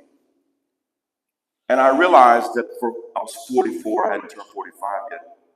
For 44 years, almost nothing in the world could ever get my forehead and nose on the ground. In fact, for 44 years, if my nose and forehead was on the ground, it meant something was wrong. As a man, particularly as a man that's often in physical danger, I go out of my way for my face to not be on the ground. And I cannot tell you how humbling it was for me that I did not know that there was something in me that did not want to put my forehead on the ground. I felt unsafe. I felt like I had no control. If I take my glasses off, I have zero control. And that first prayer, as I put my forehead and my nose on the ground, I began to cry. Because I realized that it's an act of submission. As a man, I'm saying, Allah, I'm yours. I submit myself. I put my whole face on the ground. I bow before you. One of the things that Sheikh Omar said to me, he said, Shaun, it was one of his first requests. He said, Shaun, you were a pastor for so long, your tendency, your inclination will be to preach. And he says, I'm asking you for a year, or maybe two, maybe longer, do not preach the Quran. Don't. Just learn. And for these past 11 months, I've been surrounded by the most wonderful, brilliant Islamic teachers and scholars from all over the world. You would be shocked if you saw my WhatsApp. This was another joke, be ready. I have no idea how many groups Muslims are in WhatsApp. You would not know unless you were a Muslim. That to be a Muslim means to be in dozens, maybe hundreds of WhatsApp groups. And then sometimes it's the same people or similar people, but taking one person off, or they're taking two people off, and it's one is about this and another is about that. If you saw the number of scholars that have dragged me to this point, what a blessing. The number of scholars from around the world that answer our every question has been humbling. But I have been able to learn stories from the life of our prophet, peace be upon him. And there's one in particular that I have attached myself to, or it has attached itself to me. And this is obviously the Shaun King translation. Our prophet, peace be upon him, had gathered together with his companions. And he said something to them that had to be shocked. I fully understand why they were shocked and puzzled and had questions. He said to them that there will be a time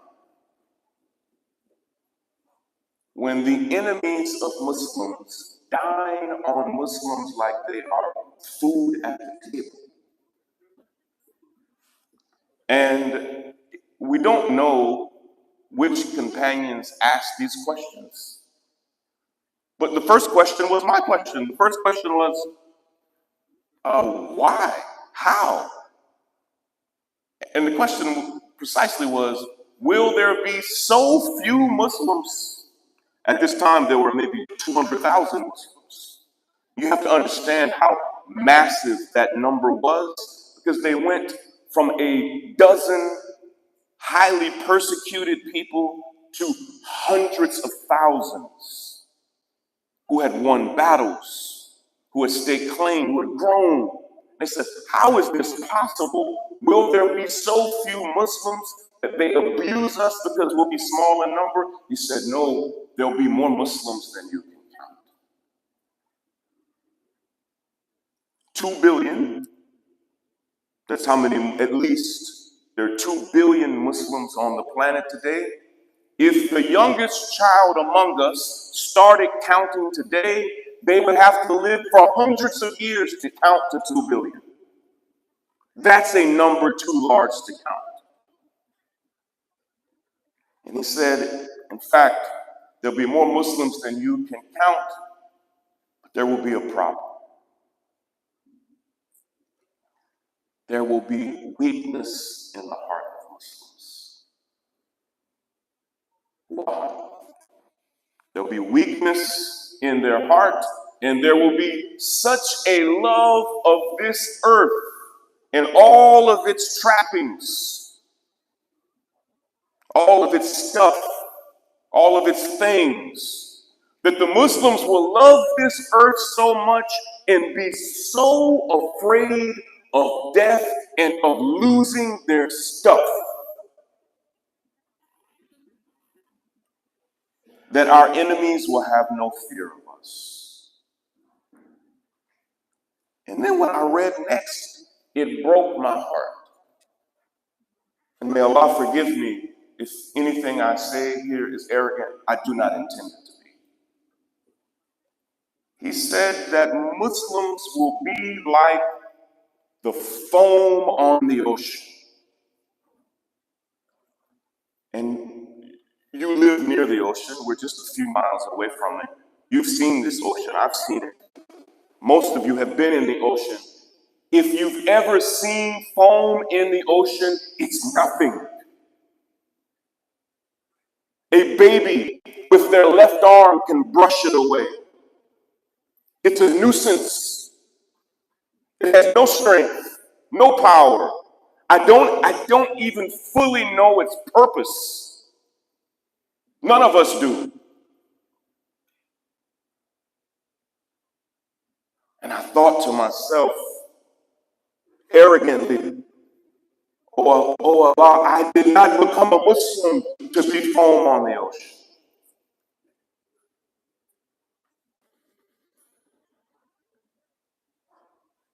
There are two very important things that I want to close with. You know who is not foam on the ocean? Our sisters and brothers in Gaza are not foam on the ocean. Dr. Haifaa said it. In fact, we don't have the final number, but hundreds, maybe thousands of memorizers of the Quran have been slaughtered in Gaza. This is unpopular to say, but they don't want us to even mention the names of our leaders, of our heroes. You probably have not even heard what I'm about to say on a microphone before. Yahya Sinwar was a Hafiz of the Quran. I met men and women who told me that Ismail Haniyeh was their Imam when they were a child.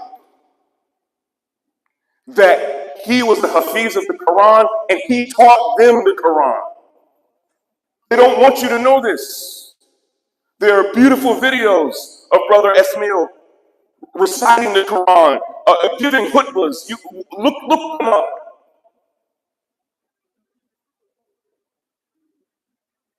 You know who is not foam on the ocean? Our sisters and brothers in Yemen. They're not. In fact, Dr. Haifaa's entire message said this. I have heard our brothers in Yemen say, the very reason we have the faith to do what we're doing is because you've already destroyed almost everything here. We've already suffered so much oppression that it has strengthened us, not weakened us.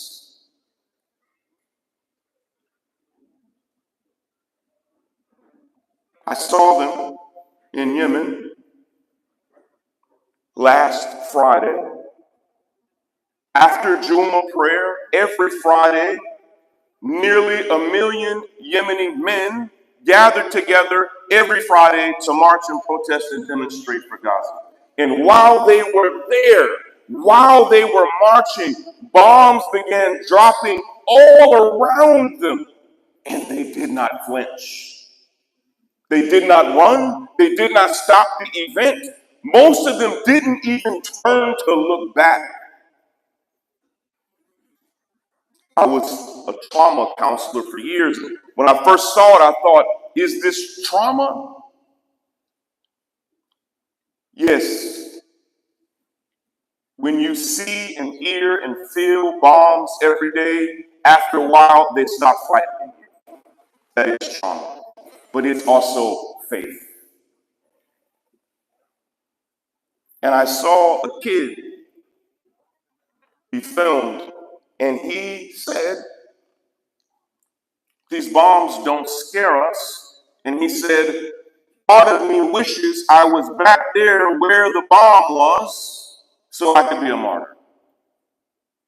He was a teenage boy. He said, I'm honored by these bombs. And I saw other videos of men laughing at the bombs. I have a request of you. Almost none of you donated. And Imam had to leave to go to another event on the East Coast.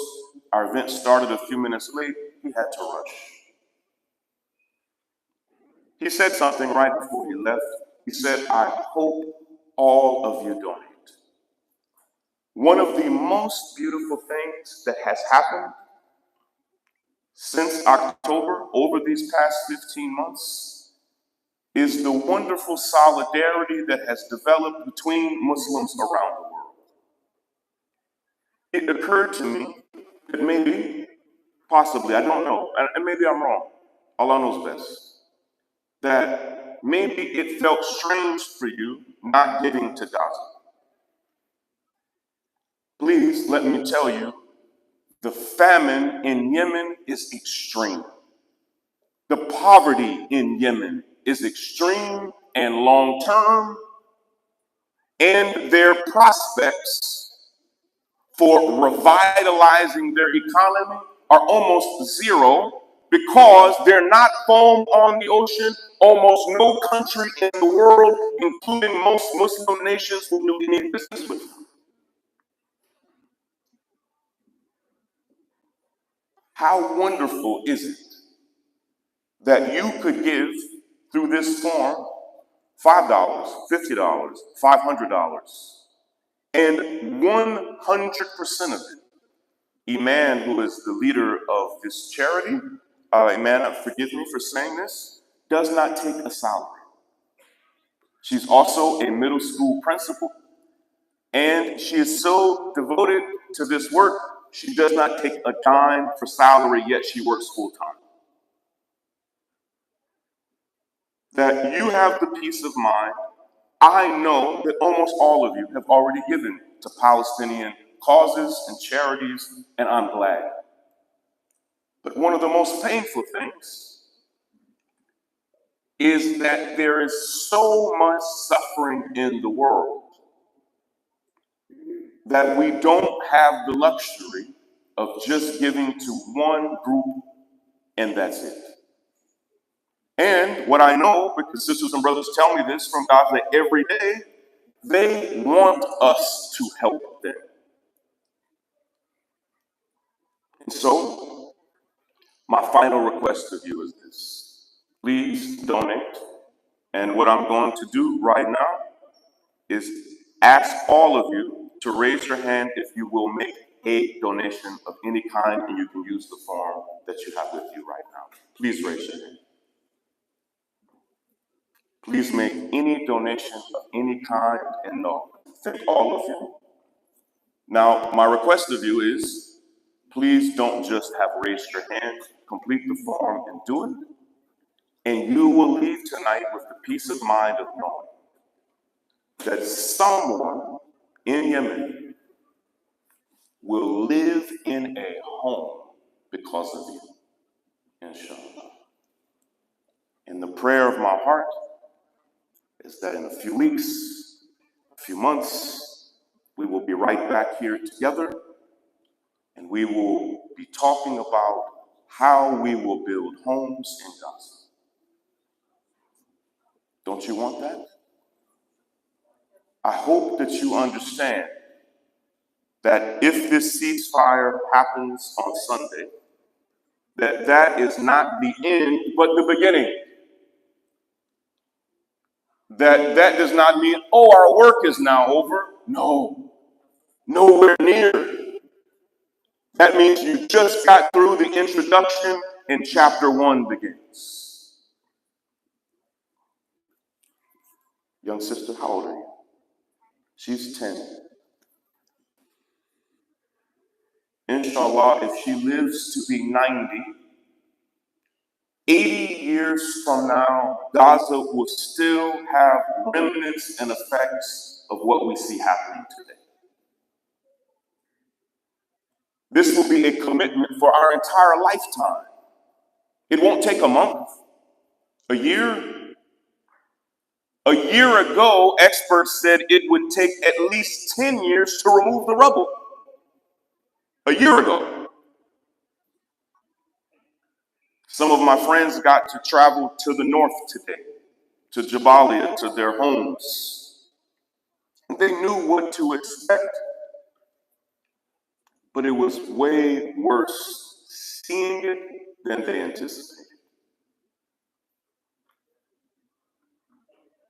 So this commitment, like, condition your mind to sisters and brothers asking you for money.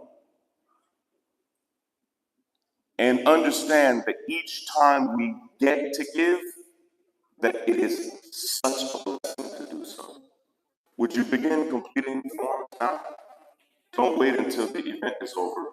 And Dr. Haifaa and I, we have maybe 15 minutes or so to take some of your questions. Okay, you'll get your first question. Dr. Haifaa, should you come on now? Yes. Thank you all.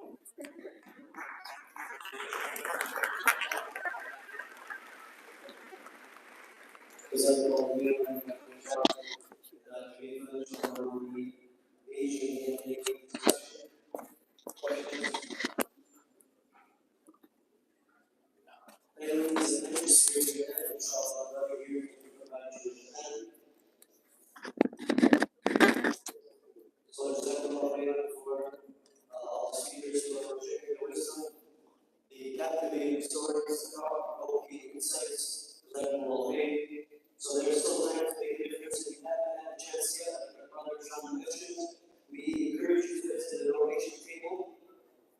The donation table in the corner, and that's the room. Inshallah, if you haven't made your donation yet, every contribution helps us get closer to providing secure, dignified homes for families in need. So your generosity can be an answer to someone's prayers. This allows us to be a part of this life-changing issues. We also and everyone, and everyone can do all that this year. Everybody take all their votes. It's really good. Everyone take all their votes. Just so we can get the Q&A. Where are you staying? I stay close to the spectrum. I barely went out. Courtyard. Okay. I would love to join you. I'll go anywhere. I go ask you, are you? Everyone has their votes up. Go to this Then we room. can meet after. I'm telling you, follow the training. It's Okay. It'll be easier for me than you because I'm still on New York time. I just came back from Umrah, London, 4 days ago.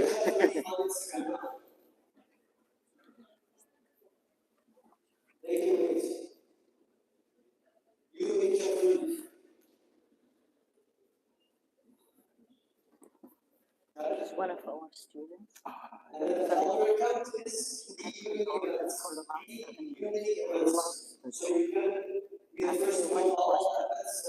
teach young professionals, and he said, what do you say about the job? So I said, I know you love them. I have pets, I love pets. for this Q&A. Please follow our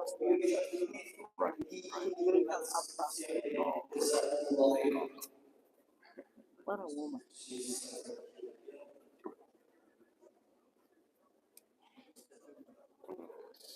Oh, they're passing. This one, this one. Okay, I'm going to take questions for a few minutes, and Dr. Haifaa has a book signing, and she'll go straight out to complete that as well. The first question. You know, in medicine, when you give a lecture, there's no questions. They always teach us either you understood everything or you understood nothing. So I'm hoping the first one. So, yes, please go ahead.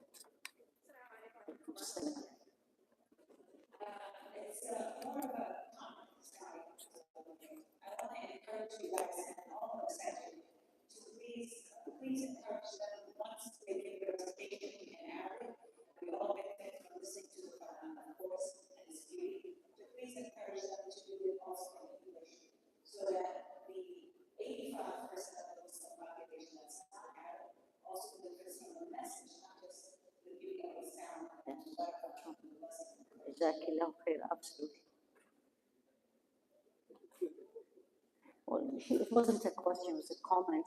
I wasn't here when the Quran was recited, so in general, they usually read this translation. So I don't know if it was not here. Yes, please. My question to both is, in terms of what's the first thing you want to do or plan to do in terms of helping as a job?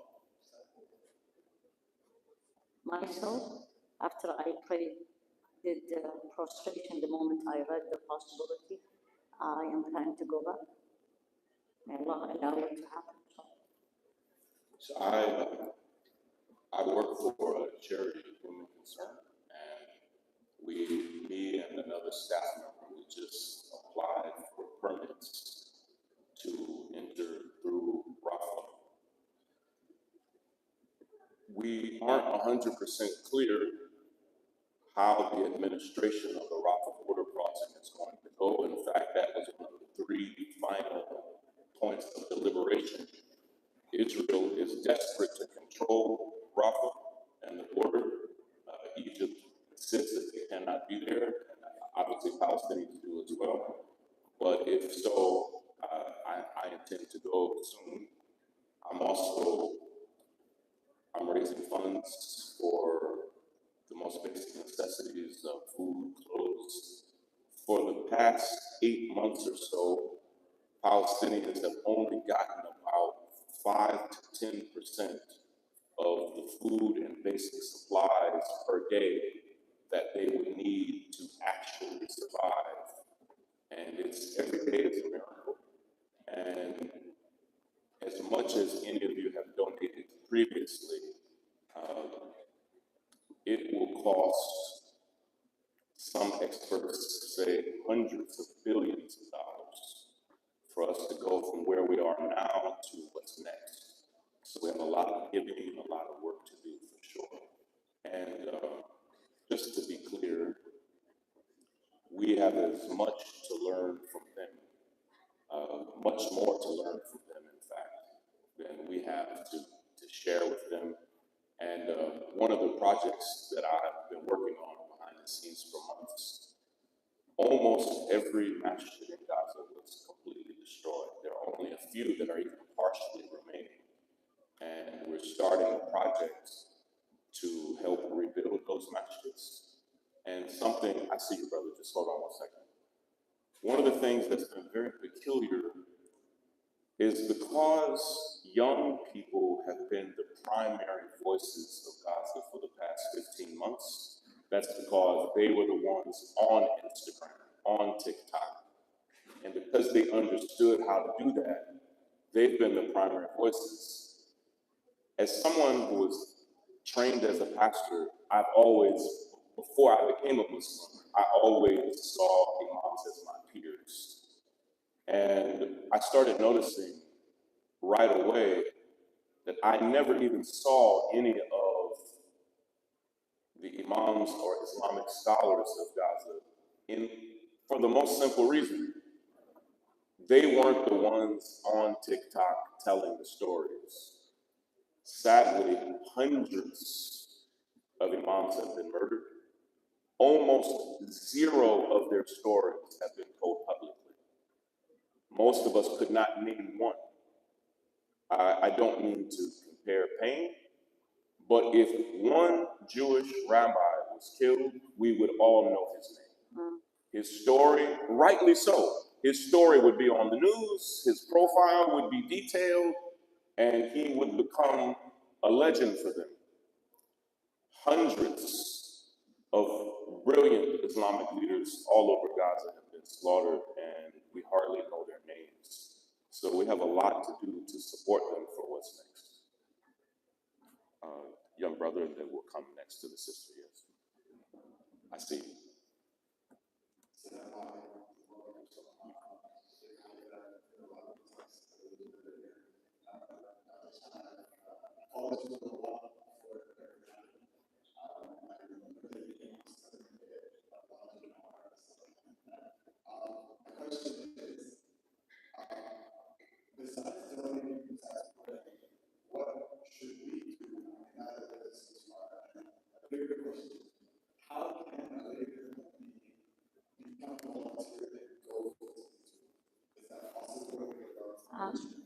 Unfortunately, currently, no. It's actually not currently.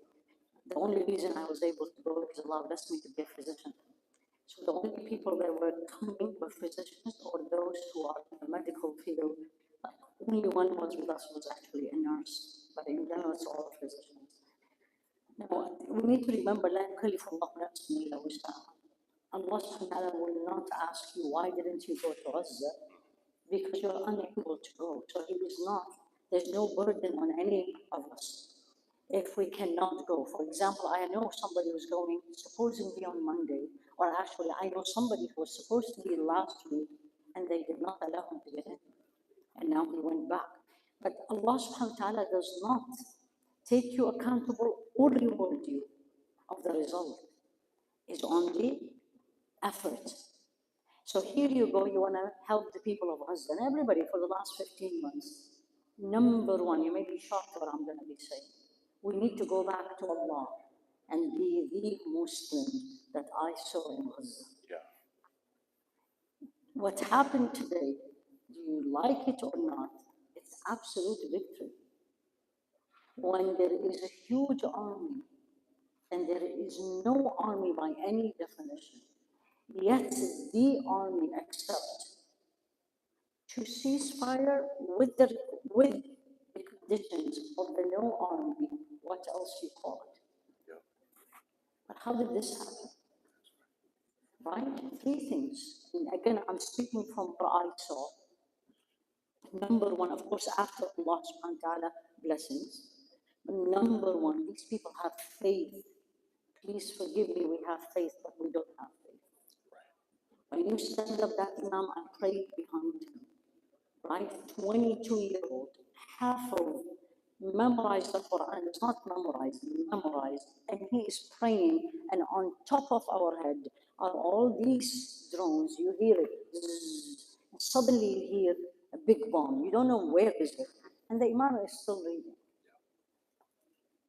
And when there's a 13-year-old, and actually his clip went viral, if you remember that young boy who he had a fracture, I met him. He led us in Salah. This is in Tahajjud, 3 a.m.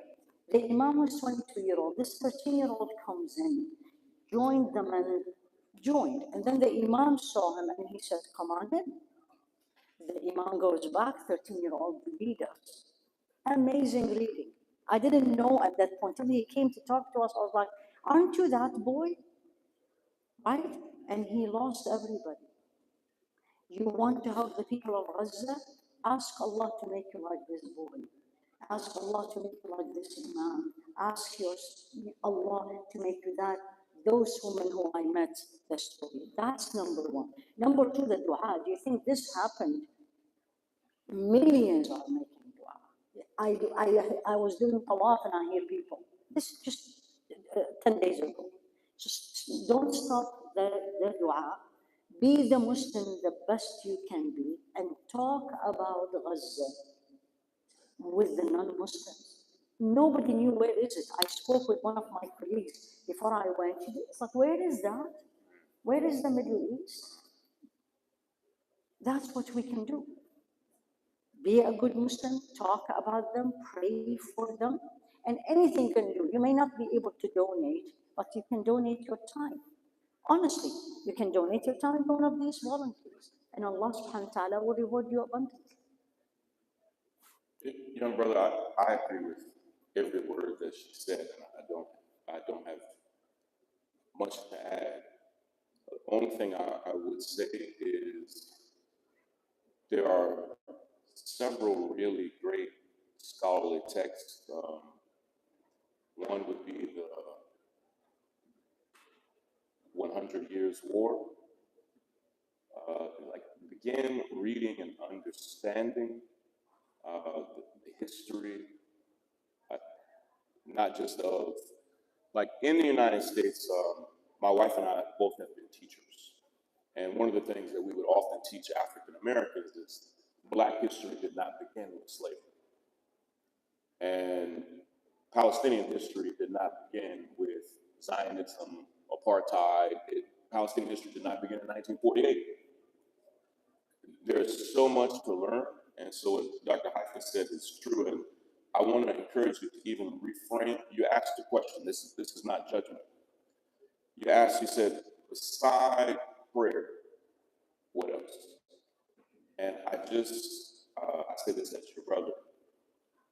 What you heard Dr. Haifaa say is, no, prayer is central. It is the beginning, middle, and end. It is, if you see them and want to be like them, it starts in prayer, it starts in study. And that may seem like, if you know me, if you've been following me since before this, you know, like I'm all for action. But your action, you'll be able to sustain it when it has the depth that it needs. And because this will be the marathon of your life. And I do think there will be a time where everyday people will be able to go. But let me say this about that. I'm not trying to speak negativity into existence, but when I spoke to people that will be helping on the Palestinian side maintain the Rafah border, when it first opens, no one will be able to go in or out except for medical evacuees. And what Dr. Haifaa knows is that there are tens of thousands of people that need urgent medical assistance. And sadly, we do not know how many Palestinians will opt to leave now that they will have a choice. I say that to say that what you're going to find is there will be, and these communities already exist, in Egypt, in Turkey, in Jordan. There will be new communities of like double refugees, of Palestinians that fled the place that their family had to flee to, and now they're in a new place. And so you can help Palestinians if you want to do this physically with your hands. I was in Istanbul, and there are maybe 25,000 evacuees that are living in Istanbul, Egypt, Jordan, in addition to the millions of Palestinians that live throughout the diaspora. So just watch closely. We don't know what these next few days and weeks and months will hold. And as you do everything that Dr. Haifaa said, Allah will reveal to you opportunities for you to do what it is. If I just may add, from me being there and talk to so many people, I can't tell you how positive they are. Yes. Yes, yes. You know what they said when we were leaving? Actually, I got a message also from the same person in the hospital. When are you coming so we can get you invite you to our home? They have no homes. And then this was in April. And I remember I was talking to him, he's an engineer in the hospital. And I said, what are you going to do about education? Right? Look at me, you know? And he said, what did we do during COVID? Really? What did we do during COVID? We do the same. We're going to do it online. They have amazing, I mean, something beyond my imagination. You feel so small and you feel nothing because they have, and I maybe with all due respect, I don't think they will leave. The reason this happened because they refused to leave. I had a text message, a question from an orthopedic surgeon 3-4 months ago, and we met in there, Palestinian. And he texted me and he said, I have an option to leave. Will this verse of the Quran applies to me if I didn't leave? They all know Quran. It's amazing. And I said, this verse doesn't apply on me. This verse applies on somebody, on another situation. Still there. He didn't leave. And these physicians left. He was a trainee, actually. They lost their opportunity to continue training. There's no hospitals. But they will not leave. That's what you hear from everybody. How they will survive, I will say the same way they survived for 15 months with all the bombing, they will survive. And Allah subhanahu wa ta'ala is behind them, subhanAllah. They are teaching the world what does it mean to be a person of faith.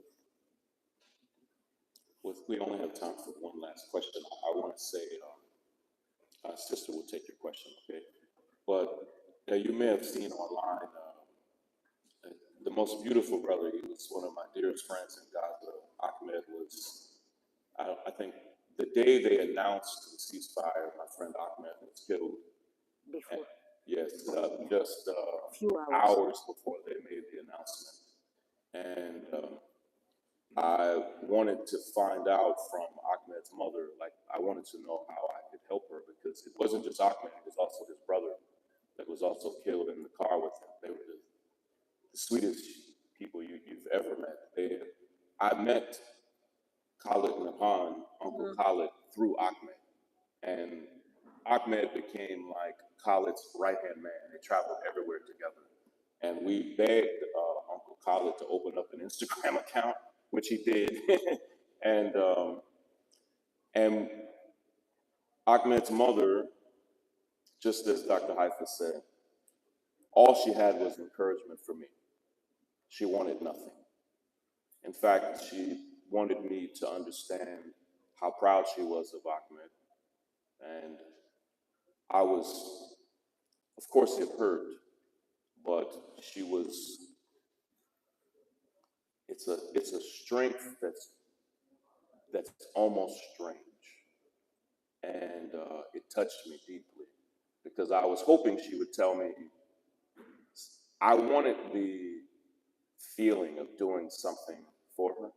Like, I just wanted to do nothing. She wanted nothing. And then one final point, to kind of co-sign something that Dr. Haifaa said. I've spoken to many people who were evacuated from Gaza. 100% of the people I know that were evacuated told me they regretted it.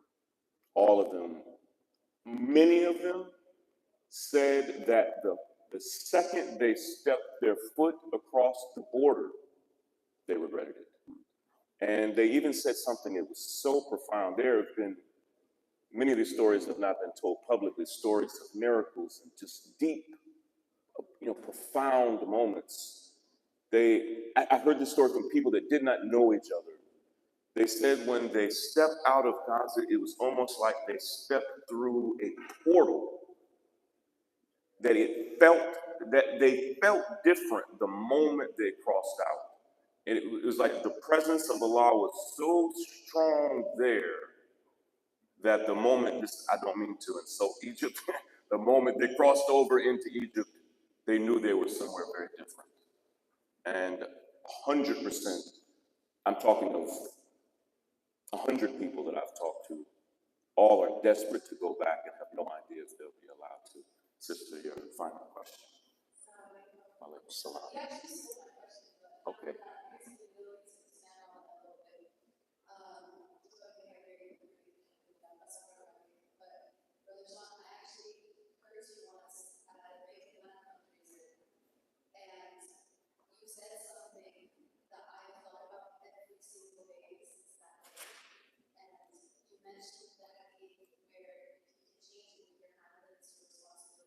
Yeah.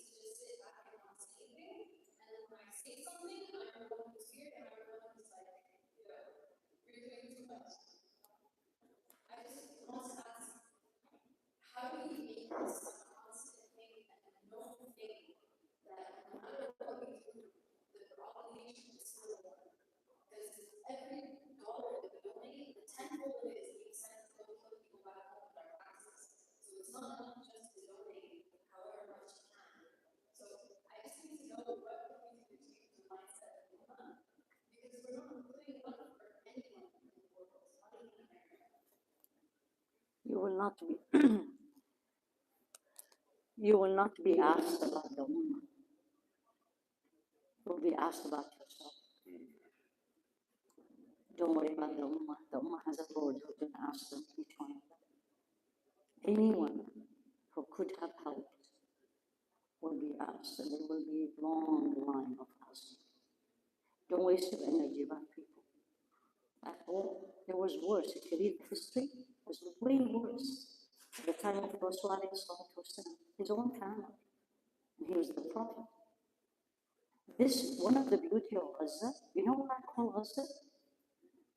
The one that's exposed. Al-Fadiha, as the Surah Tawbah, as the chapter Tawbah in the Quran, the repentance, they call it Al-Fadiha. It exposed all the hypocrites in Medina. Gaza exposed everything. I'm not talking about everyone. The media, the people here, the beauty of the people here, the beauty of the youth. Don't let Shaitan come to this, how I say. Never despair. I said this when I was in Gaza, and if you were with me, you would have said worse than what you are saying. But see what Allah gave us. لا تيأسوا من روح الله. Don't worry about people. And don't look down at them. Everybody is doing what they can. Maybe they can do more, but they are not. That's between them and Allah. But don't worry about it. Keep doing what you are doing. Keep asking Allah to keep you who you are and to make you better. Sister, I would only ruin it to add more to it, because that should lift the burden from you. I think I understand you. The inaction from so many people, the inaction from Muslims can hurt. You can't see. But what Dr. Haifaa said is so beautiful. You know, when I learned what Maliki Yawmiddin meant, and now every time when I pray that Allah is the master of the Day of Judgment, that it's beautiful, and depending on the day, the moment I pray, sometimes I read it and it's beautiful, and there are other times where it makes me nervous. But we have to get to the point where we understand that Allah will hold me accountable for me and you accountable for you. Here's the beauty. When you live out that hadith,